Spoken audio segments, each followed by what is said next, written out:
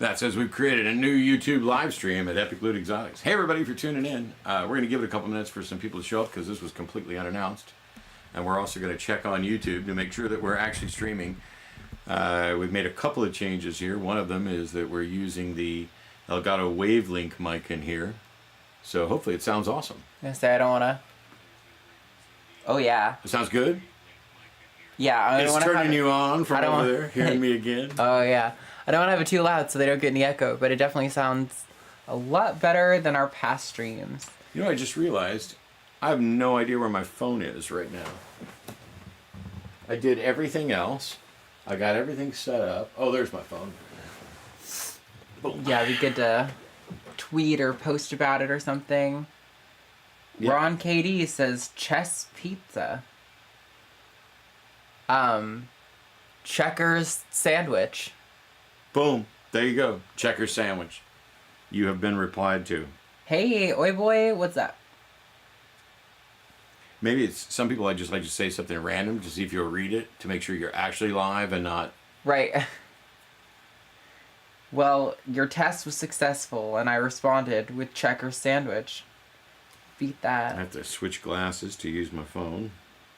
Just gonna repeatedly tap the heart emoji. Yeah. All right, let me tweet that we're going out.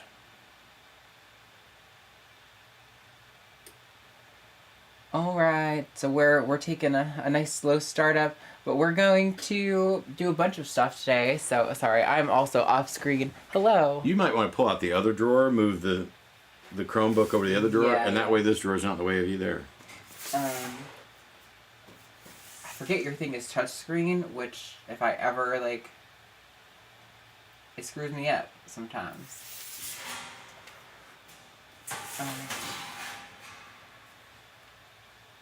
Get this set there, and then push that in for now. And then I will scooch ever closer. Hi, chat. Ow, I just ran the chair into my heel. When we've got a space this tight, accidents are definitely going to happen. Yeah, we are really crammed in here, but you know, we'll make it work. Let's see. We've got Sarah Cookanor says, hey, so needed a little snake time. Oh, go away emoji thing. Caught a black rat snake, kept it a couple of days, till wife said her or the snake. Well, to be fair, taking snakes out of the wild population, it might not hurt the population necessarily, but you're gonna have a lot harder time with that kind of animal anyway, so probably better that you returned it to the wild. Although maybe not on those terms. We're going to get started real soon with the actual ultrasounds, but... Yeah, we're just kind of hanging out, warming up, saying hi to everyone. Letting people show up. Letting people show up more than anything. So, we've had quite a slew of eggs since our last ultrasound stream. Yeah. Last time, we weren't even sure that half the stuff we were seeing was legit because we were struggling. We were expecting eggs would have come sooner after what we saw. So, I think we were kind of thinking maybe we messed up and we were, you know, streaming incorrect information and like we didn't know what we were doing. But luckily, every single animal who we ultrasounded who was far along development has since laid, with the exception of Nesquik over here. Tubby as well, but Tubby was not quite as far in development, so that makes sense. She just had a shed, which... Both of them just had a shed this week. Yes. Which, if that is in fact the prelay shed, we should be within 3 weeks. Yeah, or so, getting more eggs. We've also had quite a slew of other animals in here who were around 35 or so millimeters last time. They've all shed out, which is probably more likely to be their ovulation shed, so they're more like six to like 8 weeks or something like that out. Quite a bit further. So...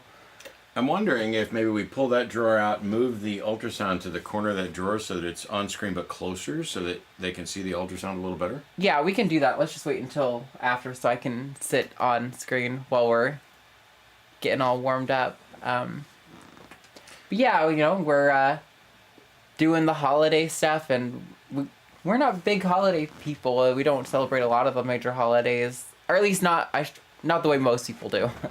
So we figured this would be a good thing to, hang out, give people a place to come chill if they're just kind of home alone too. And we had an absolute catastrophe strike us yesterday. Yeah. Mondays, just so you guys know, Mondays are rat days because we have snakes. We also keep and breed rats and mice to use as food, but also we'll sell some as pets and stuff. They're wonderful, and we're doing a really good job of breeding them. And so I managed to find a way to save us a bunch of money and bought us about 6 months worth of food. Yep. We drove up to Fort Worth, got it, brought it back, and now a month and a half later, not even a month and a half later, a month and a week later, we've discovered that 16 bags of rat food are moldy. That's 800 pounds. And the mold is very noticeable, so I'm pretty confident that it wasn't in the previous bags we had. It seems like it all went moldy very recently, but the expiration date on all of it is about a year out. So yeah. It makes no sense why it would be molding over. Luckily, the company that sold us this food has offered to replace all of the bags for free. It just means we have to do We spent yesterday, not only... So we have to clean rats on Monday because Tuesday is trash pickup day. And so we have to get all the rat stuff done. Plus, you need to do it every week. You cannot wait 2 weeks with rats. I mean, I do have an air conditioner in the garage, and that keeps it down at a reasonable temperature. But even in the cold months, if you go more than a week, the ammonia smell begins. I'm very sensitive to smells, and anything more than a week would just be terrible for me, even if other people could put up with it. So it's every Monday is rat day, and so that means there are 24 tubs plus the 20 maternity tubs plus the 10 mouse tubs, and we got it down. We have it down to a pretty good process.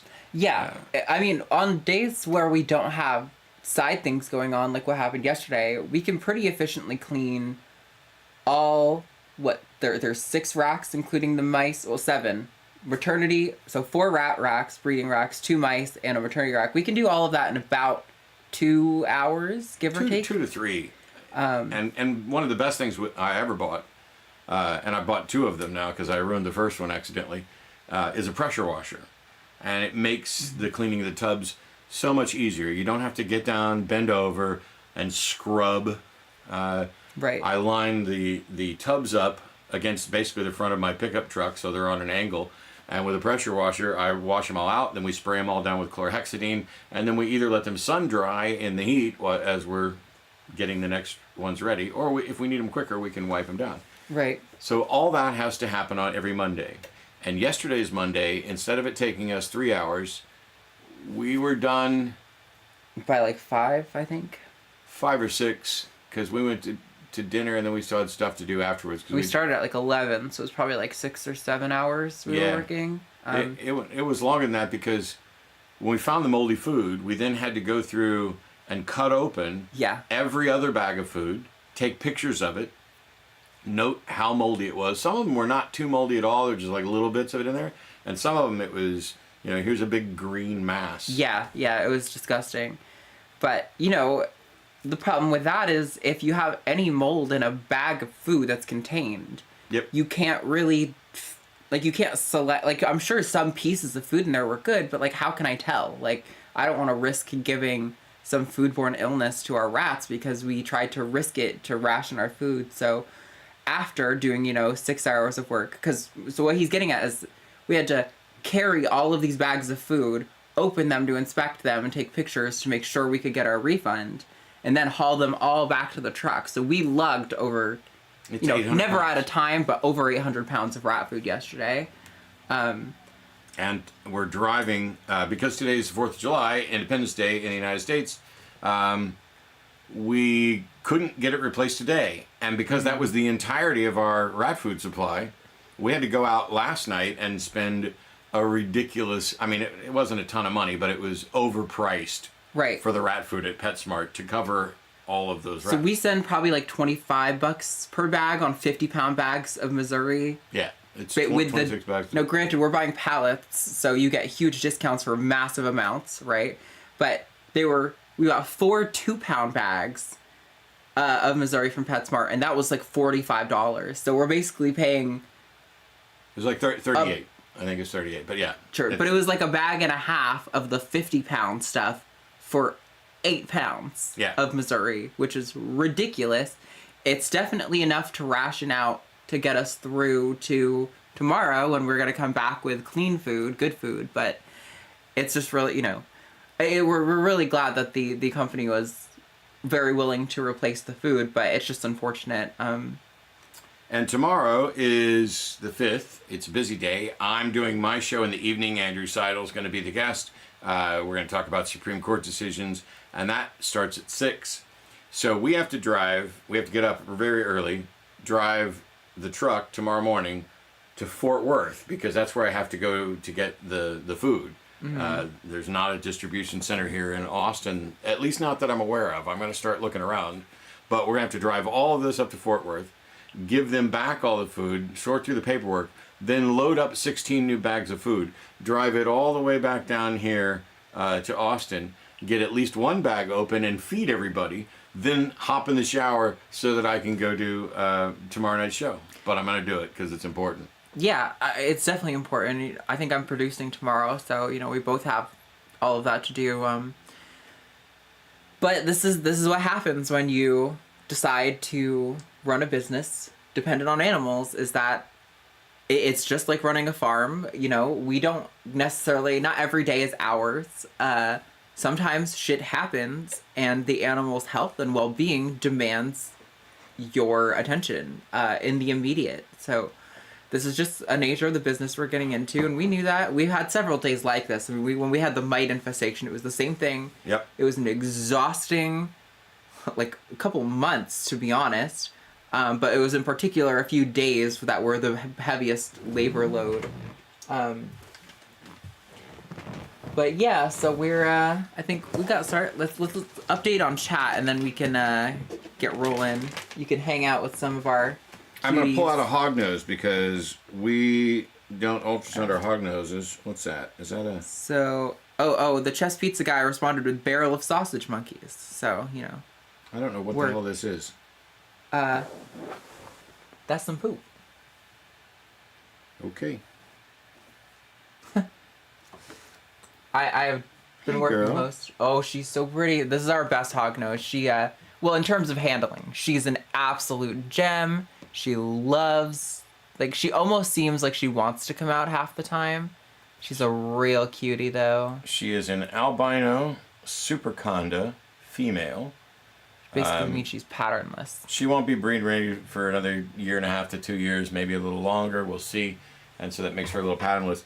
This is way too small and completely unnecessary for us to ultrasound. I just really like her. She's one of the best. She's the best at the hog nose as far as behavior. Yeah, she doesn't throw a fit. Now, if you like hog noses for being hog noses and throwing little fits, we have some that are incredibly pissy, like Arsenal. We have this little dude. I see him. He's hissing and spazzing out right now. Oh, sorry, that's a problematic word. Stop that, Arden. Get that out of your vocabulary.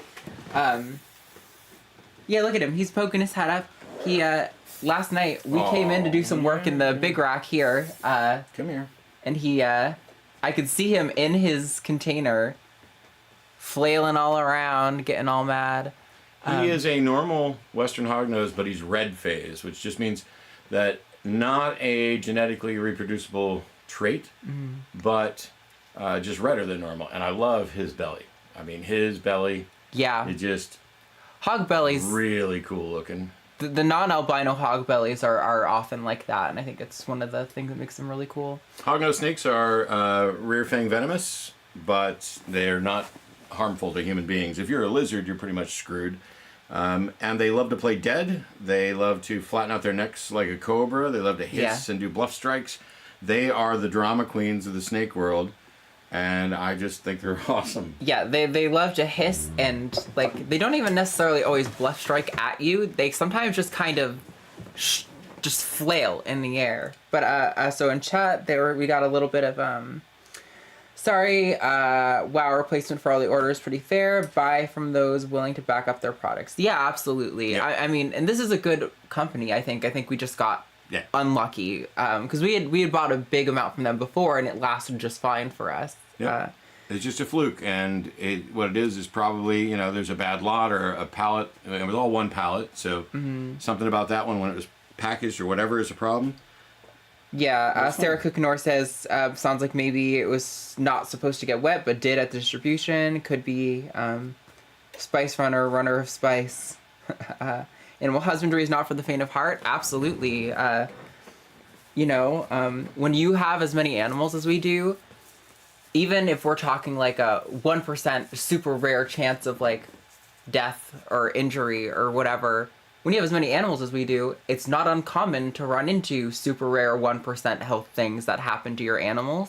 Yep. I'm not going to get into too much detail because I don't even entirely know what happened. We had an issue with a couple of our rats recently that was, I've asked so many breeders and people and we cannot figure out what happened. And you just got to kind of keep moving on and doing the best for the rest of your population and hoping that,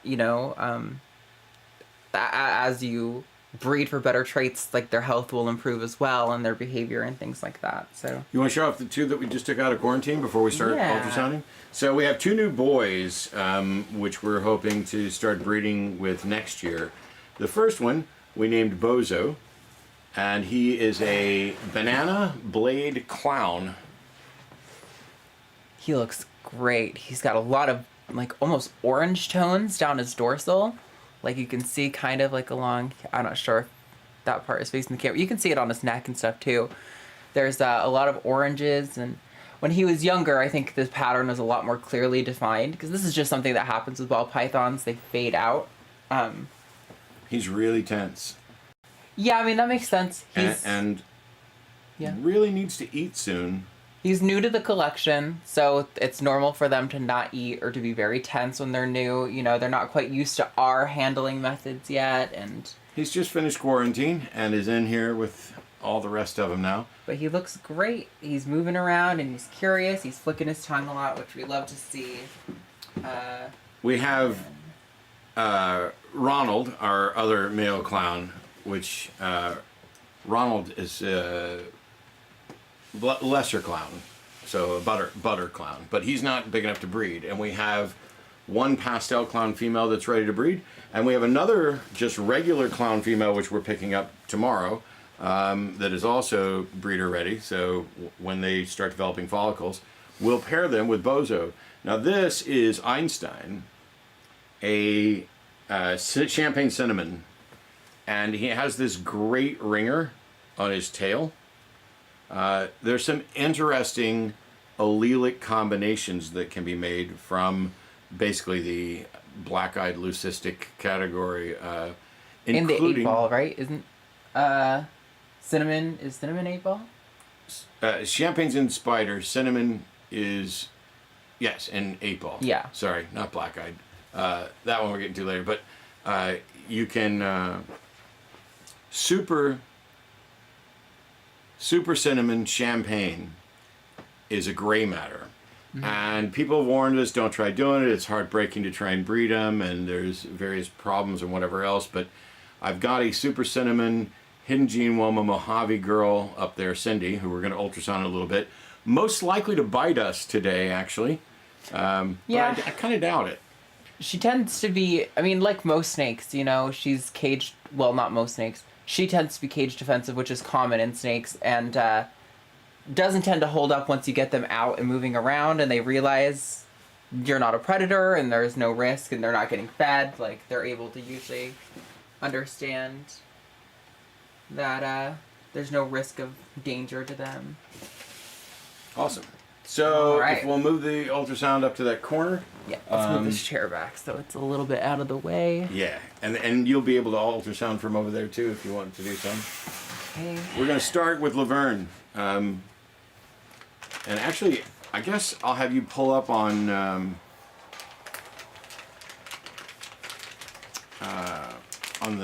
Chromebook. What her last readings were? Yeah, but I need the probe.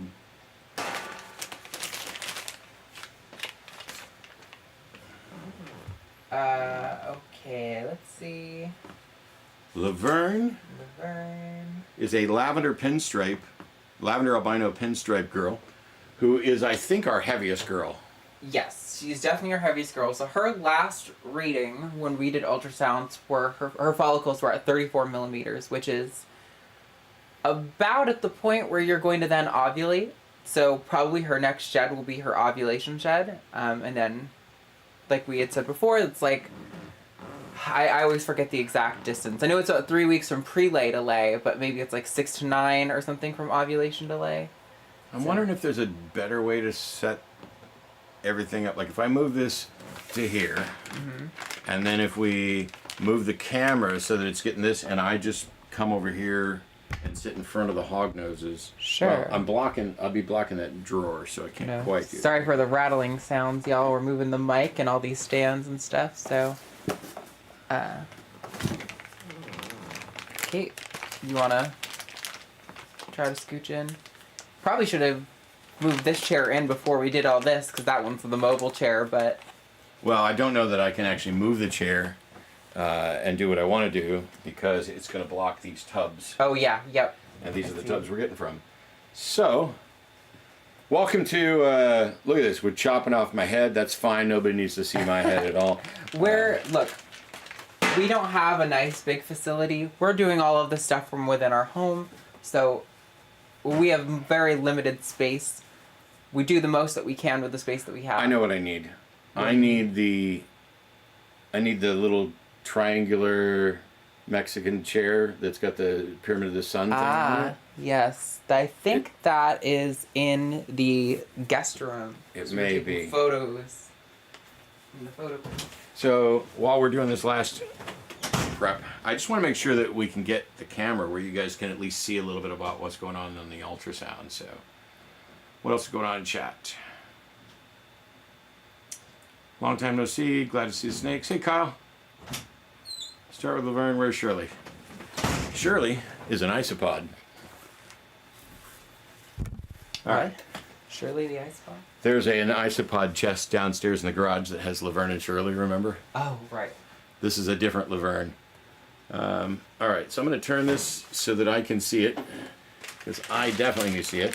And so last time we got Laverne, she was at 34. 34. All right, let's see if I can get her. I can't get her out. Once we get done, it'll make a lot more sense to have a chair here, but for now, come here, you. Oh my goodness. She almost looks like there's a touch of blue in her eyes.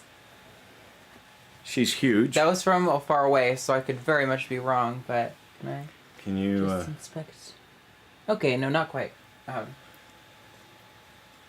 you want me to lube up the probe? Yeah. Hey, girl. Daddy's got you. Ooh, we're going there, huh? Oh, I just want to comfort her. All right. Sure. I don't know. I can't remember which. I think the side other is side's up, so. up, but I'm not sure.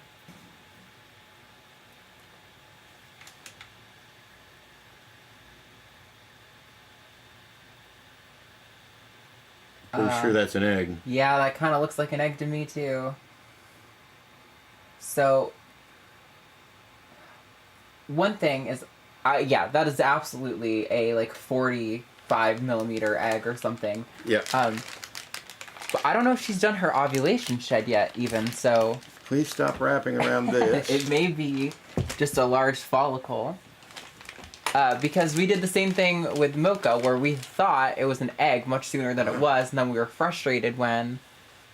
Well, in any case, she's done pairing. Yeah.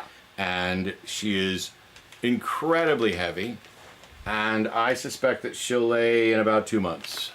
Yep. I say 2 months tops. It could be sooner, but that's like given all the time that we need. So just put her in as 40 plus. Yep. And I will move the chair out of the way. Oh, whoa, whoa. You're so good. You want to play, don't you? She said, no, I'm freaking pregnant. I'm not here to play, dumbass. Please get the poop out of my enclosure. And boom. I now have the poop out of the enclosure. What happened to the trash bag I set And up? that is entered. Is it on the other? Oh, you're sitting on it. Oh, I'm sitting on it. There you go. See? And that's why we're the best team in the world. Because when I'm missing something, Yes. she might be sitting on it. I've been very curious about Oh, where Starlight. Starlight is. 'Cause she was also pretty far along. So let's look. Starlight Her is, page. also needs new water. So I will put water in her thing. Oh. What the hell? Is this chair going to break on me after all these years? All right, probe.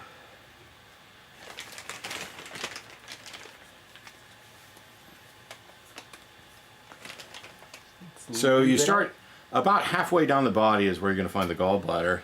Oh, I can feel stuff. So she was at 40 millimeters allegedly last time we. Oh yeah.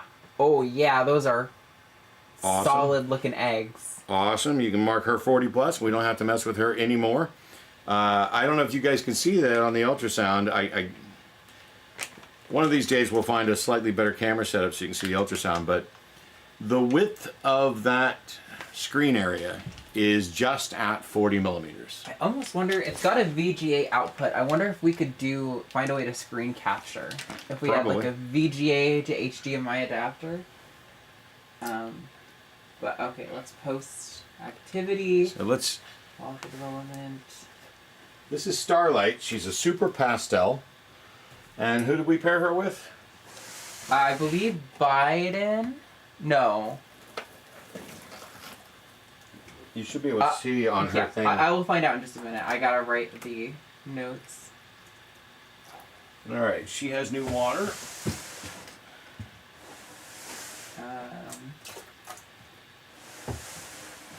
Okay, who is she paired with last?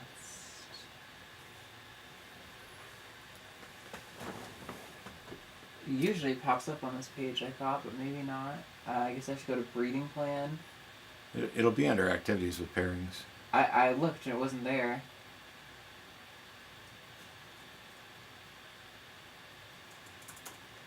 Okay.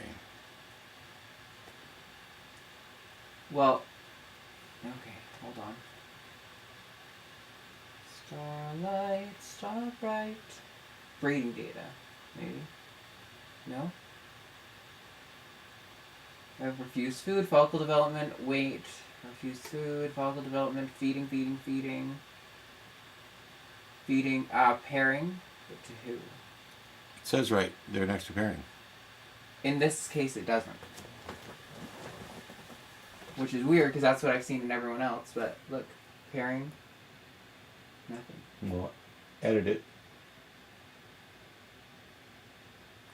Bam Bam. Ah, okay. So she was paired to Bam Bam, who is our Pastel cinnamon. pastel cinnamon. It's also het black axanthic, but we don't even take that into account because we have nothing. We're going to get some pewters from her. Yeah. And some, I don't know what super pastel cinnamons are, but super pewter. What was newest at last time? Let's find out. Close that. I know who we paired newest with. List.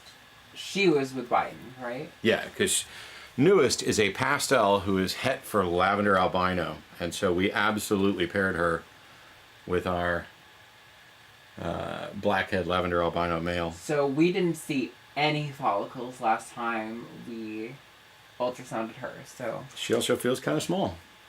Yeah, she looks a little small. Might need a little bit more... touch more lube. So by the way, we have several that haven't eaten in quite a while, and one of the things we're going to do, we were going to do already, but other things have gotten in the way, is we've heard from some people that sometimes if you take them on a drive in a car,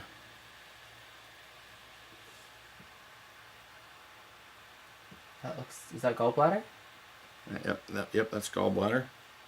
Coming down here. So... Are those like... I think those are like 5 millimeter follicles right there. Yeah. So So at least we're getting some sort of follicle development. I mean, it's very... We need to get her eating and pounding quite a lot of She's rats. one of our more difficult eaters as part of the problem.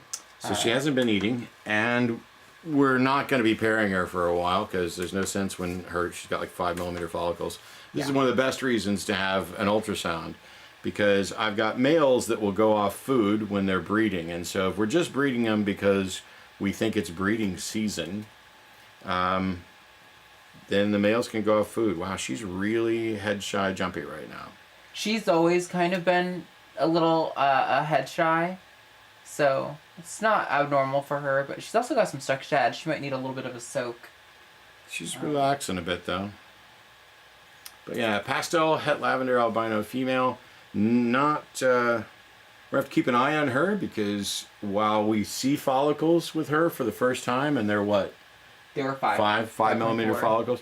There's no sense pairing her right away. But yep. And this is why I'm freaking thrilled that I bought that dang ultrasound. Yeah, It has made all of our pairing stuff so much easier. We were able to identify that our clown girl in the top row was actually further along than we realized, and so we were able to get a boy to go with her so that when she lays in the next couple months, we will actually have some clown babies and she won't just reabsorb. Now this is Nesquik. She is a GHI Mojave. By the way, when we talk about what they are, these are all ball pythons. They're all the exact same species. These are just different phenotypical morphs. We know that the last couple times we looked at her, she was at about 40mm. Maybe a little more. And she just shed yesterday, which we're going to kind of assume is her prelay shed.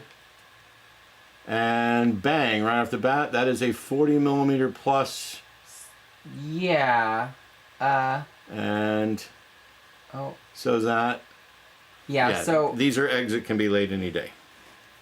they seemed a little small to me, but I can feel them. Well, sure, but they on the ultrasound they weren't the full screen size, so it's possible that it was her ovulatory shed. Although she feels like there's space in between and stuff. And she's able to tuck her belly in, so I'm not as convinced. We definitely measured and saw big follicles ready to lay.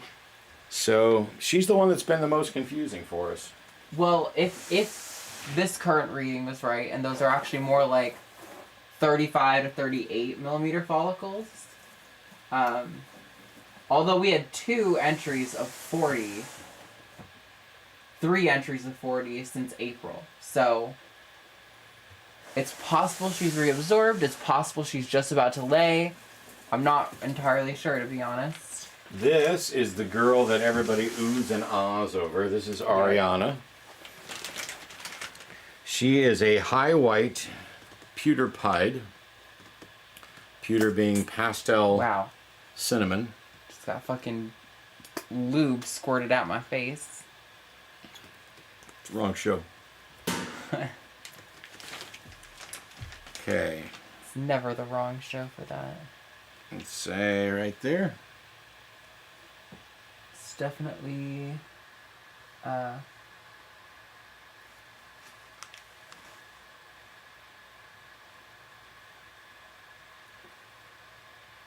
okay. Is that an egg? I'm pretty sure. It's shaped very weirdly, but I know sometimes the eggs will pinch off. Yeah, okay, right there. That was definitely... Yeah, she's done holding still for me, so let me get it right on there. I go right underneath this saddle. Yes, right there. Boom. That's... That is 40 plus. Yeah, that's like close to 50. And given... Take that. So that was... Yeah. What do you think? She was another one that just shed last week. Yesterday. Yesterday. Or 2 days ago. Her eye caps came off a couple days before that. So she's tying a knot underneath my leg.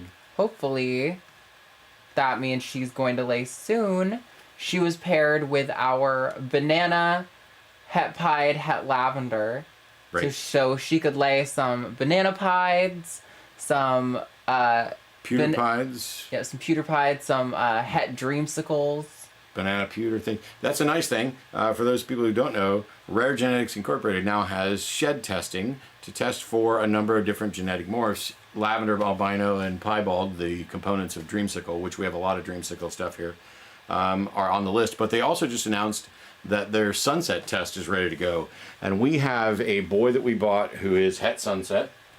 And we're going to get his shed testing just to make sure that, you know, I didn't spend money on something I shouldn't have. Although I've definitely spent money on things I shouldn't have many times. And so you can take shed skin. This is Ariana's shed skin from just the other day. And you can basically cut like an inch square out of it. We haven't sent any in yet, but they're doing that. All right. We ready for Brittany Bitch? Yep. Who is in shed. And another big girl who's fairly flat, but I suspect that she's going to have 35 millimeter follicles. So plus. She had 20 millimeter last time we measured her. But she's pretty thick. There's the halfway point, and I think it's this alien head is where... Hi, can you move your head back? Thanks. So she might be due for at least one more pairing, but we'll see based on these readings. There you go. Yep. If we can get a good... That looks like 29. Yeah, I think she's definitely due for at least another pairing, maybe even two, but let's measure this. So we go to each end of the object. You can see it's this dark thing here. 32. 32.9, so... We need to get her another pairing. She's in shed. I'm thinking this is going to be the ovulation shed. Yep, probably. So she's good for probably one more pairing, and then... We need to do that now. Yeah, that actually needs to happen. And that needs to be Ray. Okay. So, because we know that this is going to be maybe her last pairing, or at least one of her last pairings, but that she's ready right now, definitely to be paired, and she's been paired before, we are going to grab the male that we're putting her with. Now, Brittany is normal looking, so genotypically, you can't tell what she is, but phenotypically she appears normal, but she is heterozygous, meaning she carries the genes for piebald and lavender albino. Those two together make a dreamsicle, and we can pull a dreamsicle down to show you what they look like in a moment. But this is Ray. Hey, buddy. This is Ray. Thin. He is a banana that is het pied, het lavender, so he's our het dreamsicle baby maker. Yep.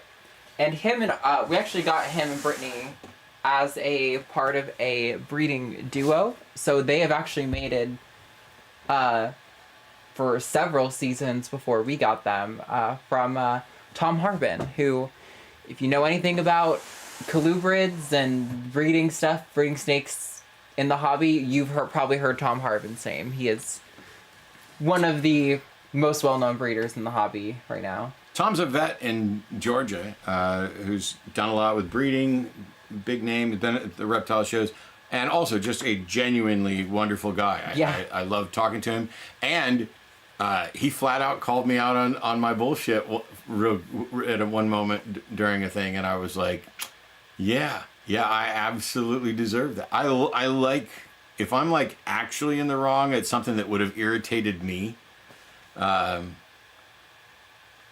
I like... Which one was that? I don't know if I remember that.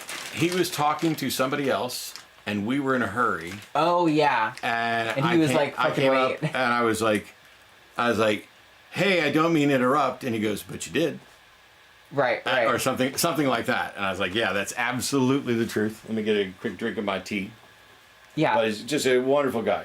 And I think you mentioned that you do atheist debates, and he was like, oh, I'd be interested in having a conversation with you, which I'm not sure that that's actually true.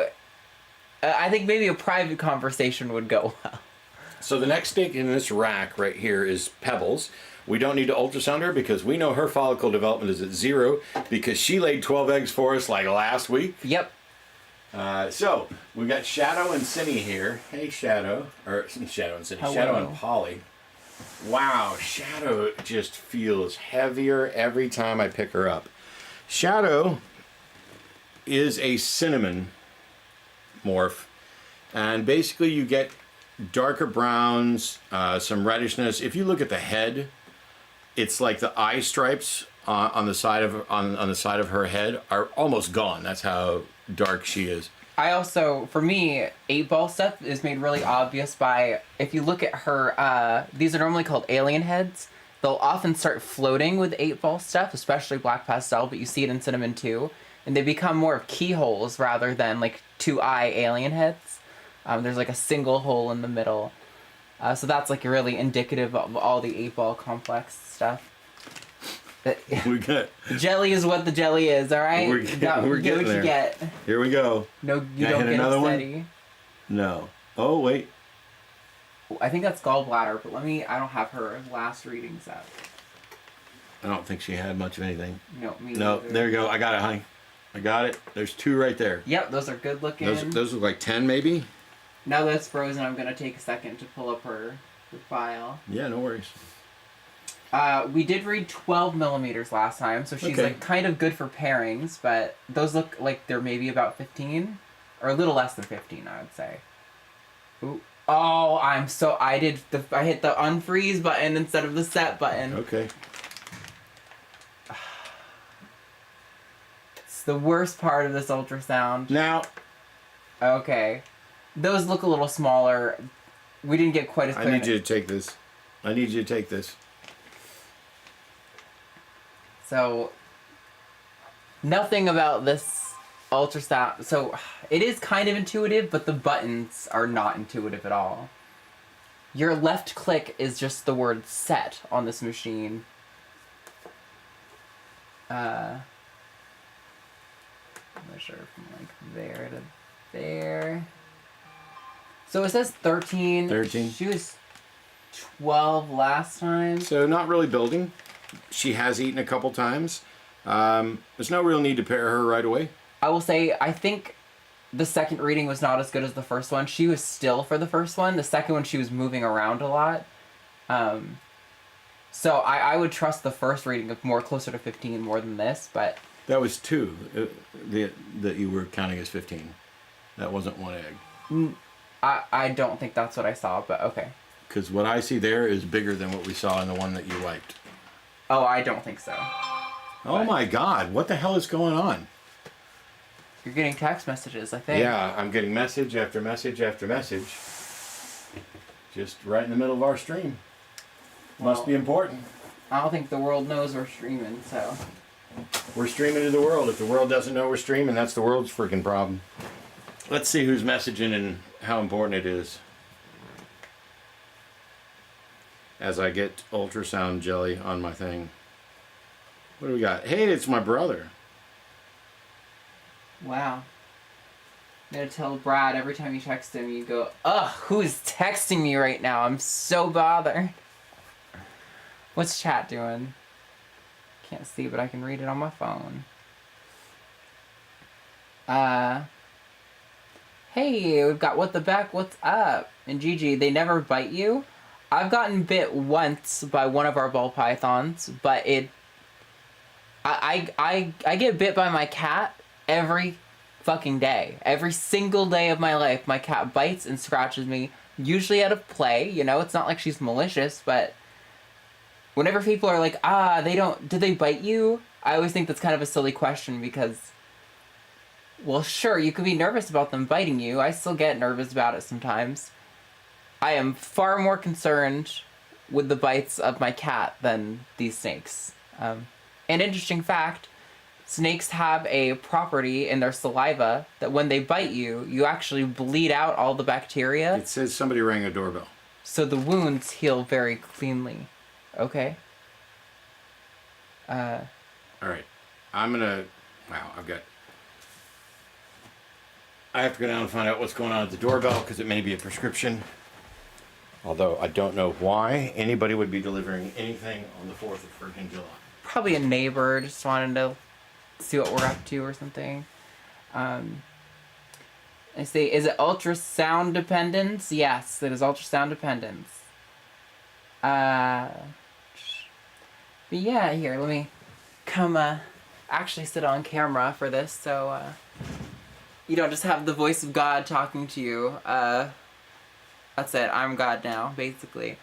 Yeah, so that was everyone in the big rack. We can't do any of the small colubrids in this rack. You don't really ultrasound colubrids. It's pretty obvious, actually, when they're gravid. They're very thick and round in the belly. Yes, smooth, no bacteria skin. No, you would never be able to know. The bite I got was right here, probably 2 months ago, and it just healed so cleanly. There's not a single indication of any sort of mark or anything, because pretty impressive. All right, one more in the big rack. There was nobody at the door. Okay. Come here, Polly. I know, nobody's touched you today, so you're... A little nervous. Oh, we do have one more in the big rack. Okay. I guess I got that wrong. Yeah. So she is also cinnamon, like Shadow. She's pewter. What? Pewter. Yes, which is Yes. pastel cinnamon. Yeah. Which I was going to get to. I just didn't get enough of the words out yet. But again, you can see these alien heads are like more like circular, and they're kind of floating, levitated off of the bottom rather than connected to the bottom like most other alien heads.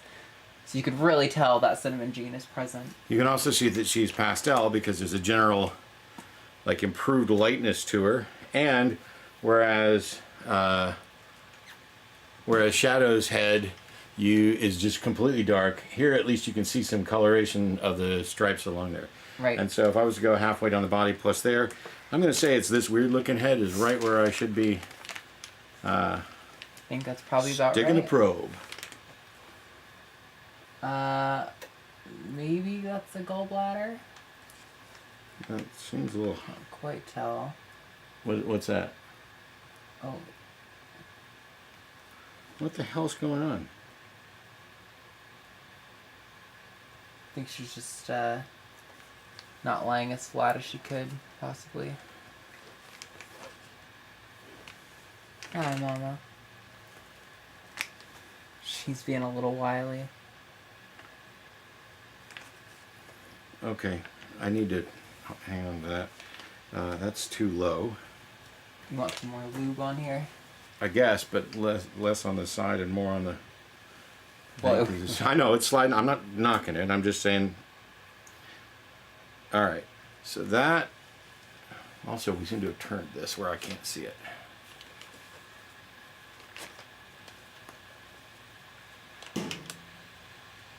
Right there.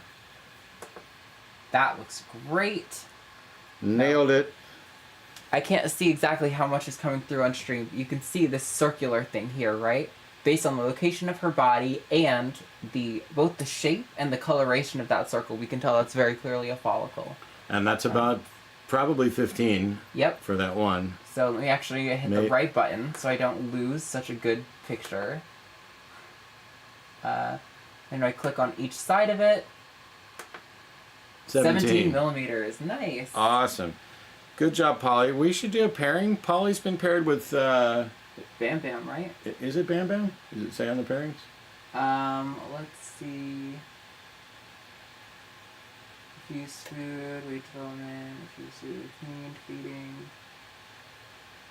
No pairings on this page. I don't understand this. Here we go. Pairing. Edit. Bam Bam, yep.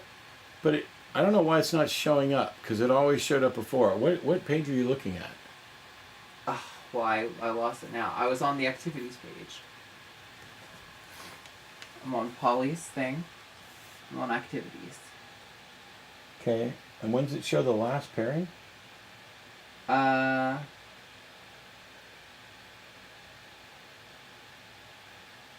February 13th. No, that's not possible. Oh, no, sorry. I missed one on May 2nd. That was the last pairing. Okay, so we'll put Bam Bam with her now, Yeah. because she's at 17.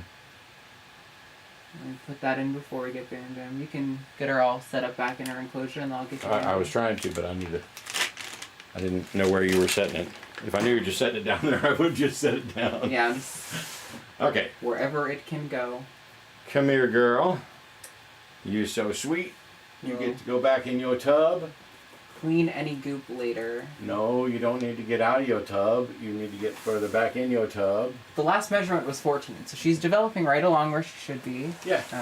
I don't think it's crazy urgent that we pair her, but since it's been a month, actually more than a month.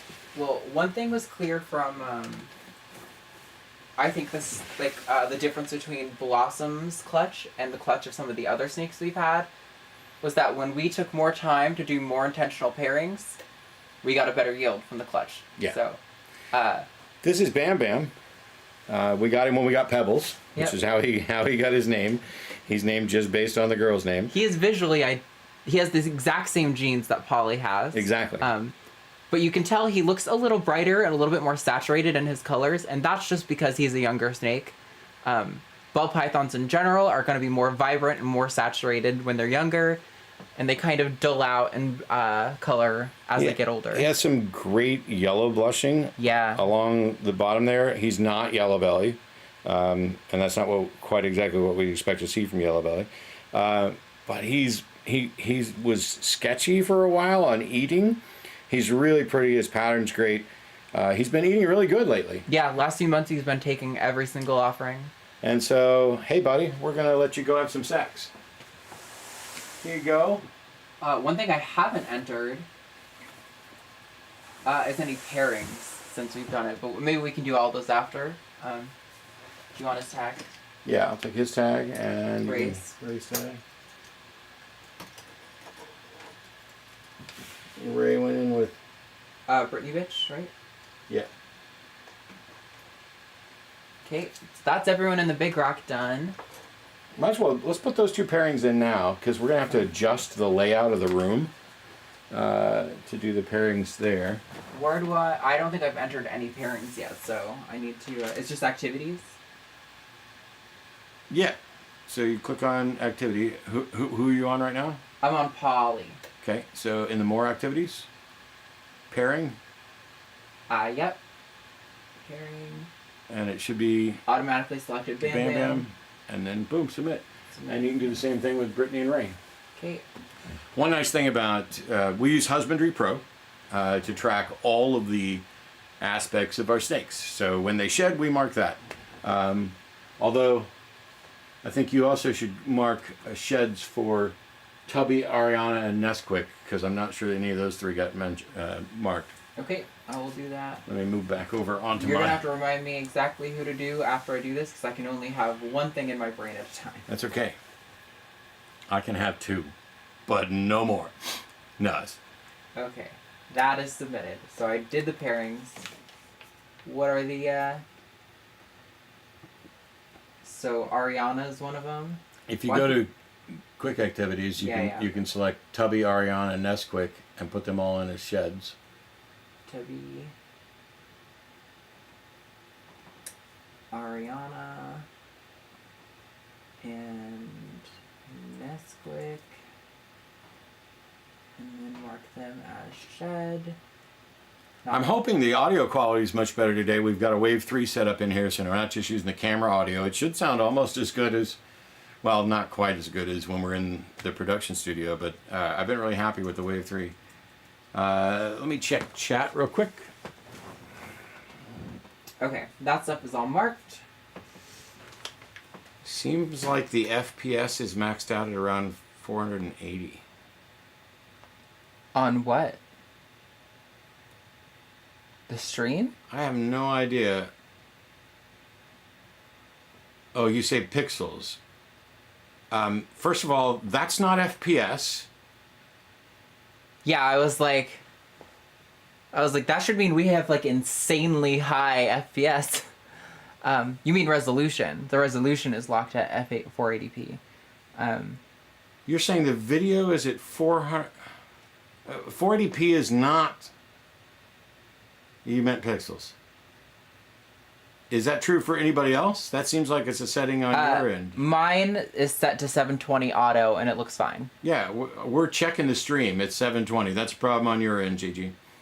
And let me see if I could set it to higher. Yep, if you wanted to, you could set it to 1080. Yeah. Meanwhile, the question, is there any with venom? Is it legal? Yes, it's legal for me to have venomous snakes here in Texas, but I don't. I do. Technically, the hognose snakes are rear fang venomous, but they're not harmful to humans at all, which is why they don't have to be tagged or treated as a hot snake. Yeah, Darko's saying they're at 1080p. Yeah. So, yeah, technically we could keep venomous snakes. I have had a rattlesnake in the past, but only for a week. I rescued it from somebody's garage and took it out to let it go on a ranch. We don't keep hot snakes. We don't keep snakes that are venomous at all in a way that's deadly to humans. Hognose, they're not harmful to us because I'm not a frog. I would love to one day be able to, have a facility where I can hire someone who has experience with hot snakes, because I am kind of in love with vipers. But that being said, that is something that I think will be probably not possible until I've been in this industry for several decades. Because the kind of facility you need for that is like the Snake Farm Zoo down in New Braunfels, which is a large, very well-equipped facility, which we have nothing resembling that right now. Yeah, Gigi, you're going to have to find somebody else to troubleshoot your computer, because the problem's definitely on your end. If you set it at 1080 and it still looks like it's 480, that's something wrong with your internet connection, your computer, whatever, and I'm not spending my 4th of July troubleshooting your machine. I've got the stream up here, and it definitely does not look like it's locked at If you hold it up to the camera so they can see how crisp it is, that'll still look like 480 to Gigi, too, right, because that's all I can see. But... yeah, we've got literally like the highest quality face cam that you can have. This is the Face Cam Pro from Elgato, which is the only 1080p 60 FPS face cam that you can get. You should move over here where they can see you. This is literally like the best quality USB face camera that you could possibly get on the market right now. Yeah. Spent like $250 on this fucker. Well, actually, you bought this one. I have the one in my room. Right. Yeah, I had to buy that one. But you got the Wave 3. Yeah. Or Jimmy did. I think Jimmy got that one. There's one of them. Jimmy got one, and we got. Yeah. So we have two. They're in different rooms. So we've done this rack. These are the 10 of our breeder ready girls. We know what we're doing. We've made 2 pairings. Over here in the larger rack, which you can see part of. I'm gonna move over there for a second. It's funny. You call this the large rack because it is physically take up more space than this one. I usually call this one the large rack because that's where the large snakes are. Because that's where the large tubs and the large snakes are. Yeah, the ones behind Arden, those are all over 2,000 gram females, and then everything in this 40 rack is under 2,000. Right. And you only start breeding girls at 1,500 grams.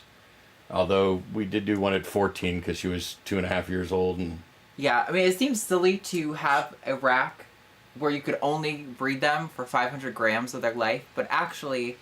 That's years and years and years. Yeah, it takes about 3 years for a female to even reach that weight, and then they're going to stay there for quite a while, unless you're, feeding them to the extent where they're kind of obese for their age. You can also always do maintenance feedings to maintain a weight. You don't have to. But the nice thing about getting them bigger is the bigger the snake, the more eggs you're likely to get from them. So with somebody like Pebbles, who's 3,500 grams or so, and she gave us 12 eggs, whereas Mocha gave us 6? 4. Oh, no, sorry. Mocha gave us 6. I thought you were going to talk about the smallest snake who we had lay, which is Blossom, and she gave us 4 eggs. All right. So... we're going to run through real quick. I know you guys can't see me. You don't need to see me. You just need to see Arden and the snakes right now. He's right here. Einstein and Bozo just came out of quarantine. Those are our 2 males. We wouldn't need ultrasound anyway. Miranda is... So first of all, go ahead and grab her. She's gorgeous, and this is a cool story. Bump your leg here. Yeah. Oh. Miranda is a pastel lemonback gravel that we bought specifically... Get your head in there, girl. You can kind of... There we go. You see her. Because I have Al, and Al is a Super Vanilla OD Yellow Belly. And with Super Vanilla, that is in the same allelic compound as Lemonback. Right. And so we can get things that are similar to vanilla creams and stuff like that. But also, with him being yellow belly and her being gravel, that means you could produce highways, which means we could get a double allelic combination of a vanilla lemonback yellow belly gravel, which would be lemon vanilla highway. She's holding on nice. Oh, yep. She moved her. You could just see she just moved her whole body down so she could grab on to this part of my arm a lot stronger. So something I like about ball pythons a lot is even though they are mostly terrestrial animals, they are arboreal enough that they are pretty strong climbers. I mean, she's got a good grip on me. I don't have to do a lot to support this side of her body anymore because she's doing it all on her own. Yeah. I will still support her body weight anyway, but yeah, so she's the one who laid a clutch for us of 7 eggs. Yeah. And While she was in quarantine. While she was in quarantine, which means that she mated with a male from her previous owner who, based on what he told us, we could either get super gravels out of those, so we could super gravels and super gravel lemonbacks and whatever else he had in him, or they had a yellow belly, so we could be getting highways from a clutch, which is awesome. A lot of people don't get snakes like that until they're like on their 2nd or 3rd year of breeding, just out of sheer luck and him thinking that she hadn't developed at all. We were able to potentially get some really high value snakes on accident from our 1st year of breeding, which was really exciting. There are 2 males that she could have been paired with briefly. One of them is a pastel inchy gravel. And so since she's a gravel, that would give us super gravels. We could get potentially super pastels, and we could get pastel inchy gravels and inchy lemonback gravels. All of those are possible. The other one that she was paired with was an ivory piebald that is possible orange dream and inchy. And so the ivory is essentially super yellow belly. Yeah, it means he has 2 copies of the yellow belly gene, which means he has to, when he gives part of his genetic code to make a baby, he has to give the yellow belly gene. Which means everything that gets gravel from her is absolutely going to be a highway, and possibly het pied, and possibly orange dream and inchy as well. Yeah, they're going to be probably, frustratingly for us a little bit, possibly some of the most beautiful snakes we produced this year, and we didn't really produce them. So, yeah, she came to us pregnant. They didn't know. We didn't know. She spent a month in quarantine and dropped 7 eggs the day we were pulling her out of quarantine. What really blows my mind is she hasn't eaten since she laid. Correct. But her belly looks perfectly thick. You'll notice with Blossom, even the first week after she laid, she's eaten now she's thick again. But she was concave under her belly for the first week. This girl's thick as hell, but she didn't eat anything, so I don't know what's going on with her, but I'm glad to see she looks healthy and she's moving around and she's curious. So we were not going to ultrasound her because we already know she's not going to have any follicles, but yeah, she's a beautiful, healthy girl, and we can't wait to see her babies when they come out. They're going to be the second clutch week. Oh, she needs some... Oh, no, she's got a little bit of water in there. That's right. The picture's right over there if you want to add a little bit. But she, hers is going to be the second clutch we get, which will be, I think the 20th of this month or something like that, somewhere in there. Something like that. The first clutch is the 11th. So, what is that? 7 days? Yeah. This is Baby. We're not going to bother ultrasounding her. She is a het lavender albino that is possibly also het pied. She's way too small for us to actually breed this year. I think she's like at 1,300. We can weigh her. Pull the scale down. We definitely need to take her for a drive. We've been trying every trick in the breeder's book to get her to eat, but unfortunately, in the snake hobby, there is a lot of like 1,000 something. I couldn't see anything, and it wasn't sitting level, and she immediately jumped off of it. Yeah. You're not going to get a measurement like that. It's okay. It's fine. We don't need to measure her right now. Unfortunately, in the breeder hobby, sometimes there's a lot of information that is like folklore that breeders have been saying for ages that nobody has really investigated or challenged with actual peer-reviewed studies. So when you have a situation like her, we've tried all of the typical methods, but sometimes those just don't work because they're not actually evidence-based. It was just a breeder finally got their snake to eat, and then confirmation bias, they thought that they did something when they really didn't. All right, so we got a shed from Pinch. Okay. So if you want to open up that trash bag, I'll give you the shed from that. It came off in pieces. But it looks like it came off all the way, so... Yeah, we'll have to mist her a little bit, but let's set this down. Oh, okay. Here, I might hold on to it so I can dig through and pull these pieces out. I'm just going to give her a quick ultrasound. Sure, go for it. To see. She stopped eating a while. Shit. Oh. Lube on the floor, lube on the floor. And Snake desperately trying to get back into her thing. Yep, she's like, no, I want to go back home. Wow, and all the lube is on the floor. That's alright. I don't have any more hands. I can't... What would you like me to do? Lube this, I guess, and untangle it. Yeah, I got it untangled now, but... So, basically, when we're lubing this up, I'm just right along this linear probe doing a sort of thick layer. I mean, you need a good amount, but you can't have it too much. We got limit. Just go ahead and scan right directly above my hand.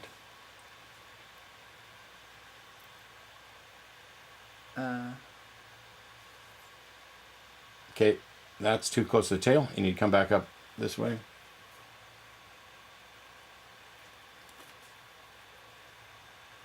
She's curved and bent. Yeah. There's no lube on it.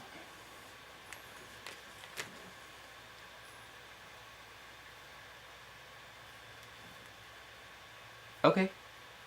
Boom. There you go. Those actually look decent size. Those look like 13, 14 millimeter follicles. Although it's a little concerning because she hasn't eaten in months. Her weight is great. Here. So, a really nice thing about Husbandry Pro is that... Hang on, let me put her in. Yep.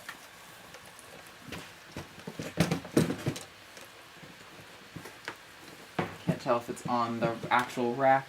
Nope, it's not. There we go. Now it's on the tracks. So a really nice thing about Husbandry Pro is that for certain traits, it will graph out over time, like follicle development and weight and things like this. And this is really convenient when you have snakes that go off of food, because if they are maintaining their weight, you know there's probably nothing wrong and that they are just on a typical ball python food strike. Whereas if they are losing weight, you know that there could actually be some sort of health concern going on there. And her weight looks great. Much like some of our boys who haven't eaten for ages, while they have lost a little weight, it's not enough to be concerning at this point. So, 10.4. Huh? 10.4. 10.4 millimeters. Nice. Very nice. So, she's about ready to start pairing, I guess. I think we had done some pairings with her, but we stopped because we realized she wasn't far enough developed. But yeah, let me look at chat. What's going on with chat? On my way to get my YouTube PhD in zoology. Hey, we need it. We need some actual professionals in the field, you know? New content, Arden. Dispel the myths. Honestly, it's hard to dispel them when I don't have access to good information. I know there are some YouTubers who are trying to do better at representing the science, but they also, in my experience, jump to conclusions that don't seem justified from the evidence that they cite. So it's hard to find honest reviewers of the facts in this hobby. On something like when they stop eating and when they're going to start eating again, some of them, I've had snakes go a year. We've got one right now that hasn't eaten since November, but hasn't lost weight. Snakes have an incredibly efficient metabolism, and it's not, ball pythons are notorious for, just going off food and staying off food for long periods of time. And it freaks people out. It freaks me out. I've been watching it for years. Oh yeah. But if you're monitoring their weight and their behaviors and they're being healthy, there's something off in the husbandry, is what people would say, but you can't really identify what it is. Yeah. And so we're going to take some of them for a drive, because supposedly that can simulate mating activity and maybe jostle something loose to where they feel, I don't care what the thing is, I'm willing to try anything to get the non-eaters to eat. Yeah, I mean, at this point, I think any sort of deviation from their typical day-to-day is likely to help, or may help. So Probably the tub of gel is down there on the floor. Yep. Probably should refill our squirt bottle. repack the gel. I saw someone say they love the green vipers. Yeah, those are the like eyelash bush vipers that you see in like South Central America and Northern South America. Those are my favorite vipers as well. They are so pretty, and a lot of them are actually incredibly docile, and the effects of their bites are not nearly as bad as they are for other vipers. They're still dangerous. You could still like lose an arm, but you know, losing an arm is significantly less bad than losing your entire life. It's surprisingly still almost full, so. That's good. There we go. This thing is also still mostly full. But yeah, so I really, really like the eyelash vipers. I think if we were ever to get hot snakes in a decade, you know, when we actually have a proper facility, that would be the kind of animal I would like to get. But until now, we're going to be responsible keepers and only work with non-hot snakes. Okay, nothing else underneath here needs to be ultrasounded, although for fun, I suppose we could ultrasound Chandra. She's a year old. I want to know what she weighs. Yeah, I'm a little curious what she weighs. I want to get a Chandra weight. She's probably going to be 700 to 800 is my guess. I'm going to guess that she's probably 750. Can we get one of the hides from up there? Hide? Hide? Oh, hide. Yeah, I'm using it as a bowl to weigh them. Okay. Ready? I'm going to say 725. 818. Holy moly, girl, you're doing She's growing so good. fast. It's crazy. She was so much smaller than Skeletor when we got her, and she has blown him out of the water. But she's an insane eater. This is the snake that bit me. She's a gem too. She's sweet. She bit me 100% because I smelled like rats. Not because she is she's a aggressive. voracious eater. Yeah, she's such a good eater. She's beautiful though. Like, check out her eyes. They're so pretty, and this beautiful coloration on her. She's Orange Dream Enchi. She's super OD Enchi, which you can just really tell in the coloration. She's so beautiful. Super in love with her. But yeah, I mean, you know, even though she bit me, I'm not really nervous about handling her at all. I will say I'm a little bit more nervous when I open her tub on feeding day, because she knows when she can smell the rats and she hears us opening all the other tubs. A bunch of our snakes do this, where they will stick their nose up at the corner, right at the entrance. So the second you open it, they're ready for whatever food item is coming. And she's one of those. And she makes me a little nervous sometimes, because she's always like, I'm going to get accidentally bit again in the future, for sure, because she thinks I'm food. But you know, it's part of owning snakes. Sometimes things like that happen. Drop her in. Luckily, it really doesn't hurt. I would put it oh, she's... Oh, nice try. Man, she has wedged herself. Yeah, doing this with the drawer open is not the move. Can we... She's going to get stuck. I've got her. I'll get her. Oh, she is wedged in there now. I can't see anything. I can't move anything. I don't want to close the drawer. She's coming back out on the side. She's coming back out on the other side. We'll get back. Oh, I was thinking that might be the best, to let her crawl out. I don't know that she can fit. All right, we're going to let her squeeze through. Okay, well, we have a snake that has crawled into. Here, let's pull this whole thing down. Yes, get this out of the way. I can pull this drawer out. She's all the way in the back now. You little turd. Oh my god. Okay. We actually might need to end the stream, possibly, based on where she got into. No, here, take this, take this. Getting her back is going to be a little bit difficult. Okay. Hello, chat. Welcome to snake keeping. All right, she is all the way in the back and exploring.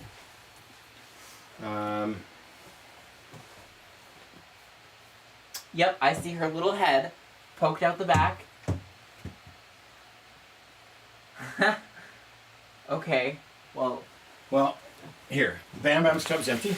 You take this tub. I will get her from above. Just take the tub.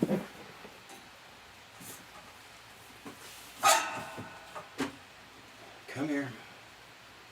Oh my god. All right, here's Biden. Okay, hold on. You make monitor Biden. To be honest, we haven't lost one in the rack this bad yet, but... Come on.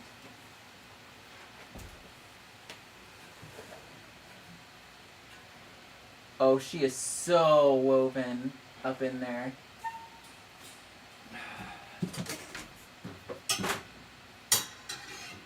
So I think... Okay, I got a hook on her. Yeah, okay. You keep that going. What I'm gonna do is push her butt out of, Oh, I can't even reach that.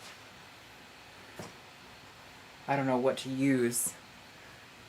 It's alright. Her tail is like wedged in the back part.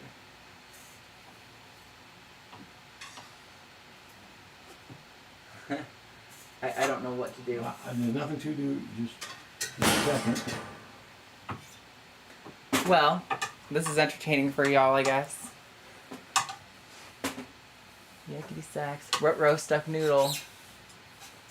We'll get her back. Independence Day. It is for Chandra. Oh my god. I think we might just have to let her crawl herself. I'm trying to encourage her to crawl out. Okay, we need to move this away so that I can pull the whole rack out. Meanwhile, Biden is in his tub, not moving, not making any attempt to get out. Yeah, we've got another snake out here in order to access her. Totally in the open. He's not doing anything. He's just sitting there. No, don't. No? No. And I can see her moving. She's heading along the back wall now. Come on. Come on. What's Yeah, up, baby I'm girl? moving her butt Coming towards this you. way? There you go. Yeah. Alright, let's see if she can actually climb out or if she's gonna wedge herself in where she gets stuck. You can't. There's no way, girl.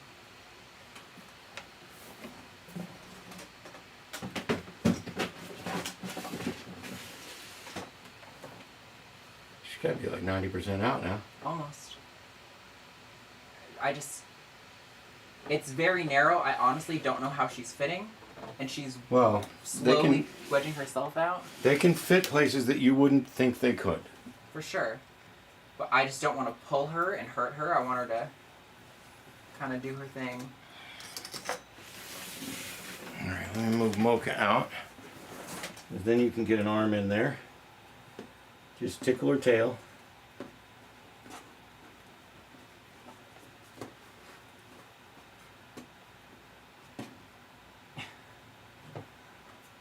god. Chandra. Work with me, babe. Alright, here we go. Yes, yes, yes. That was good. Nope, nope, nope, nope.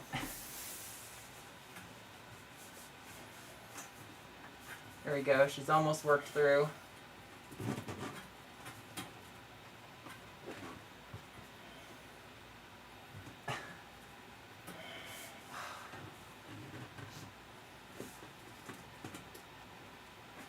I think she's like clenching really tight because she knows what we're trying to do.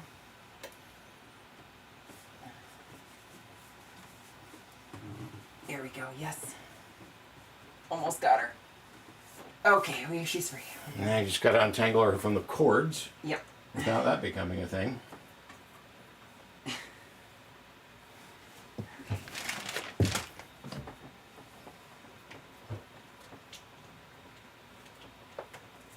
Just back her up if you have to. I got it. I just need to focus. I am human. I will outsmart you. No.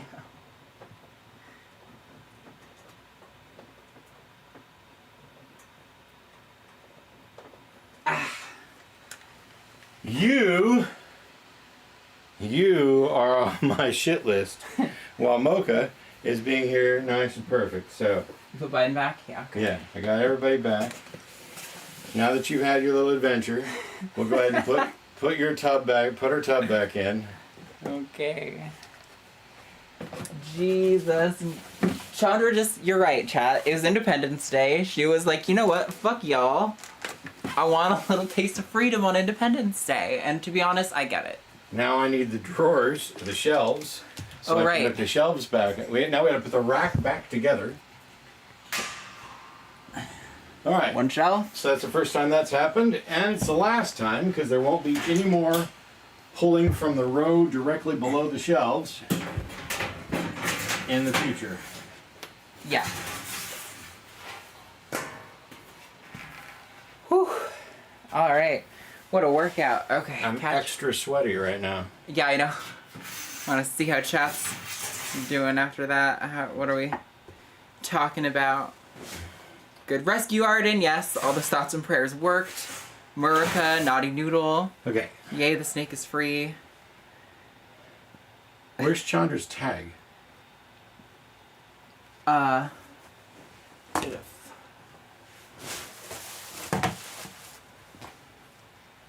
don't know. You handed me the tub. I set it over here, but I don't see it. Alright, well, we're gonna have to look around. We'll find Chandra's tag eventually, but she's got her. If we have to, we'll make a new one. It's not a big deal. Okay, now, on the bottom half of the rack, underneath the shelves, the thing that I was trying to say for the last 15 fucking minutes before we had our thing, is we have Einstein and Boza, who we already showed off, they're new. Miranda gave us eggs, we covered. Baby is too small, Pinch Me, we checked. Chandra, we weighed. Gaga, we haven't weighed, and we've never ultrasounded. She's not ready. She's a voracious eater. Yep. She's right up front. Good eater, but not a... The rest of these are boys. Yep. And womas. So there's nothing else underneath the shelves for us to do. Yeah. So now that I'm a sweaty mess, let me get this set back up. Arden Irwin. Wait, that's Chandra's tag. Oh, I bet we swapped her tub and Bam Bam's. Yeah, you tag. swapped her because Bam Bam's tag is on the other thing, which is fine. That means she's in the wrong tub. I don't want her in the wrong tub. I don't want her to freak her out and smell another snake. So I don't think it should bother her too much, but we can switch it anyway. So put her tag back on there. I'm gonna pull this out. Come here, girl. Yeah, that makes way more sense. How that could have happened. Then this goes in here. I'm gonna watch you close because you're not getting out this time. You are not going on adventures anymore. No adventures in babysitting or snake keeping. Okay. No crying in baseball. Good job, Chandra. Thanks for the workout.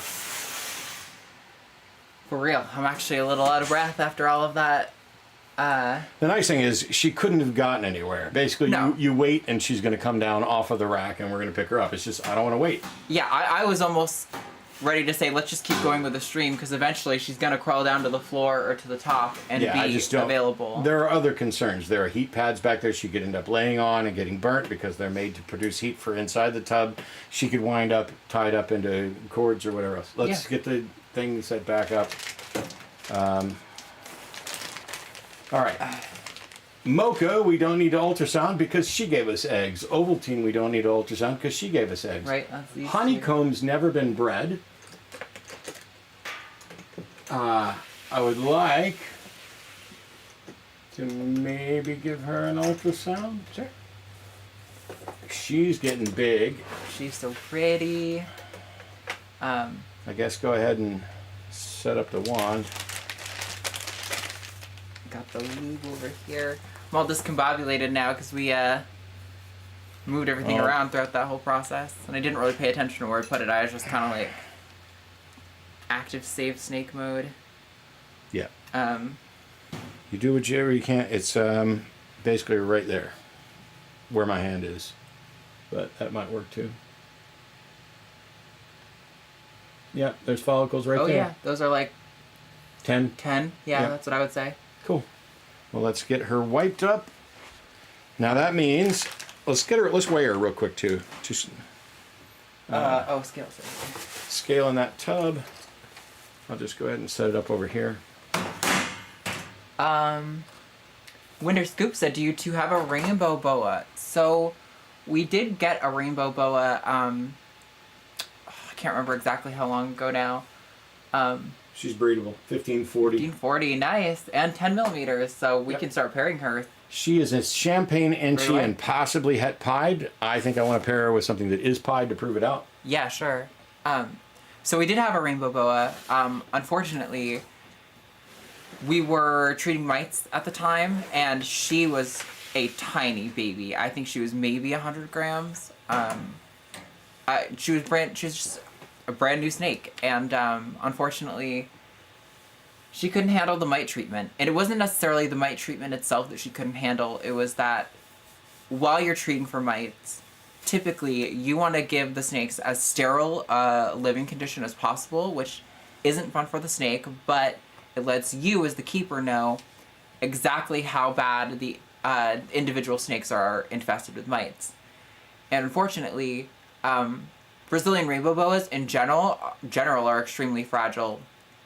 Baby snakes are extremely fragile. So baby Brazilian rainbow boas are like the most fragile to fluctuating conditions. And because there was such a depletion in humidity, I think a respiratory infection killed her like overnight, basically is what happened. We came back the next morning and she was kind of alive, but very, very still.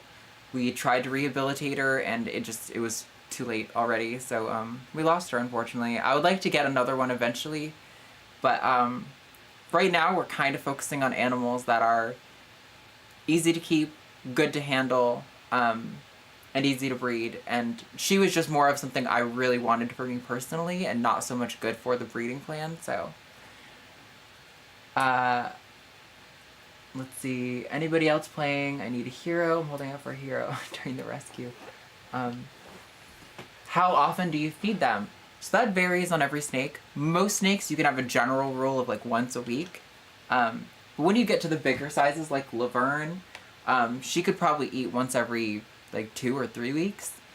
And then you also have situations where when you're breeding, females and sometimes males sympathetically will just go off of food for a long period of time. So We offer food every 7 to 10 days. yeah.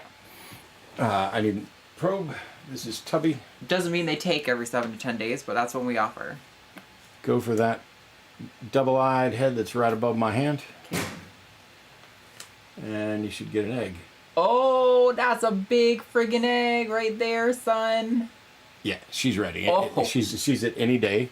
So she just got out of her pre-lay shed. That, I'm confident, is her pre-lay shed, not just a pre-ovulatory.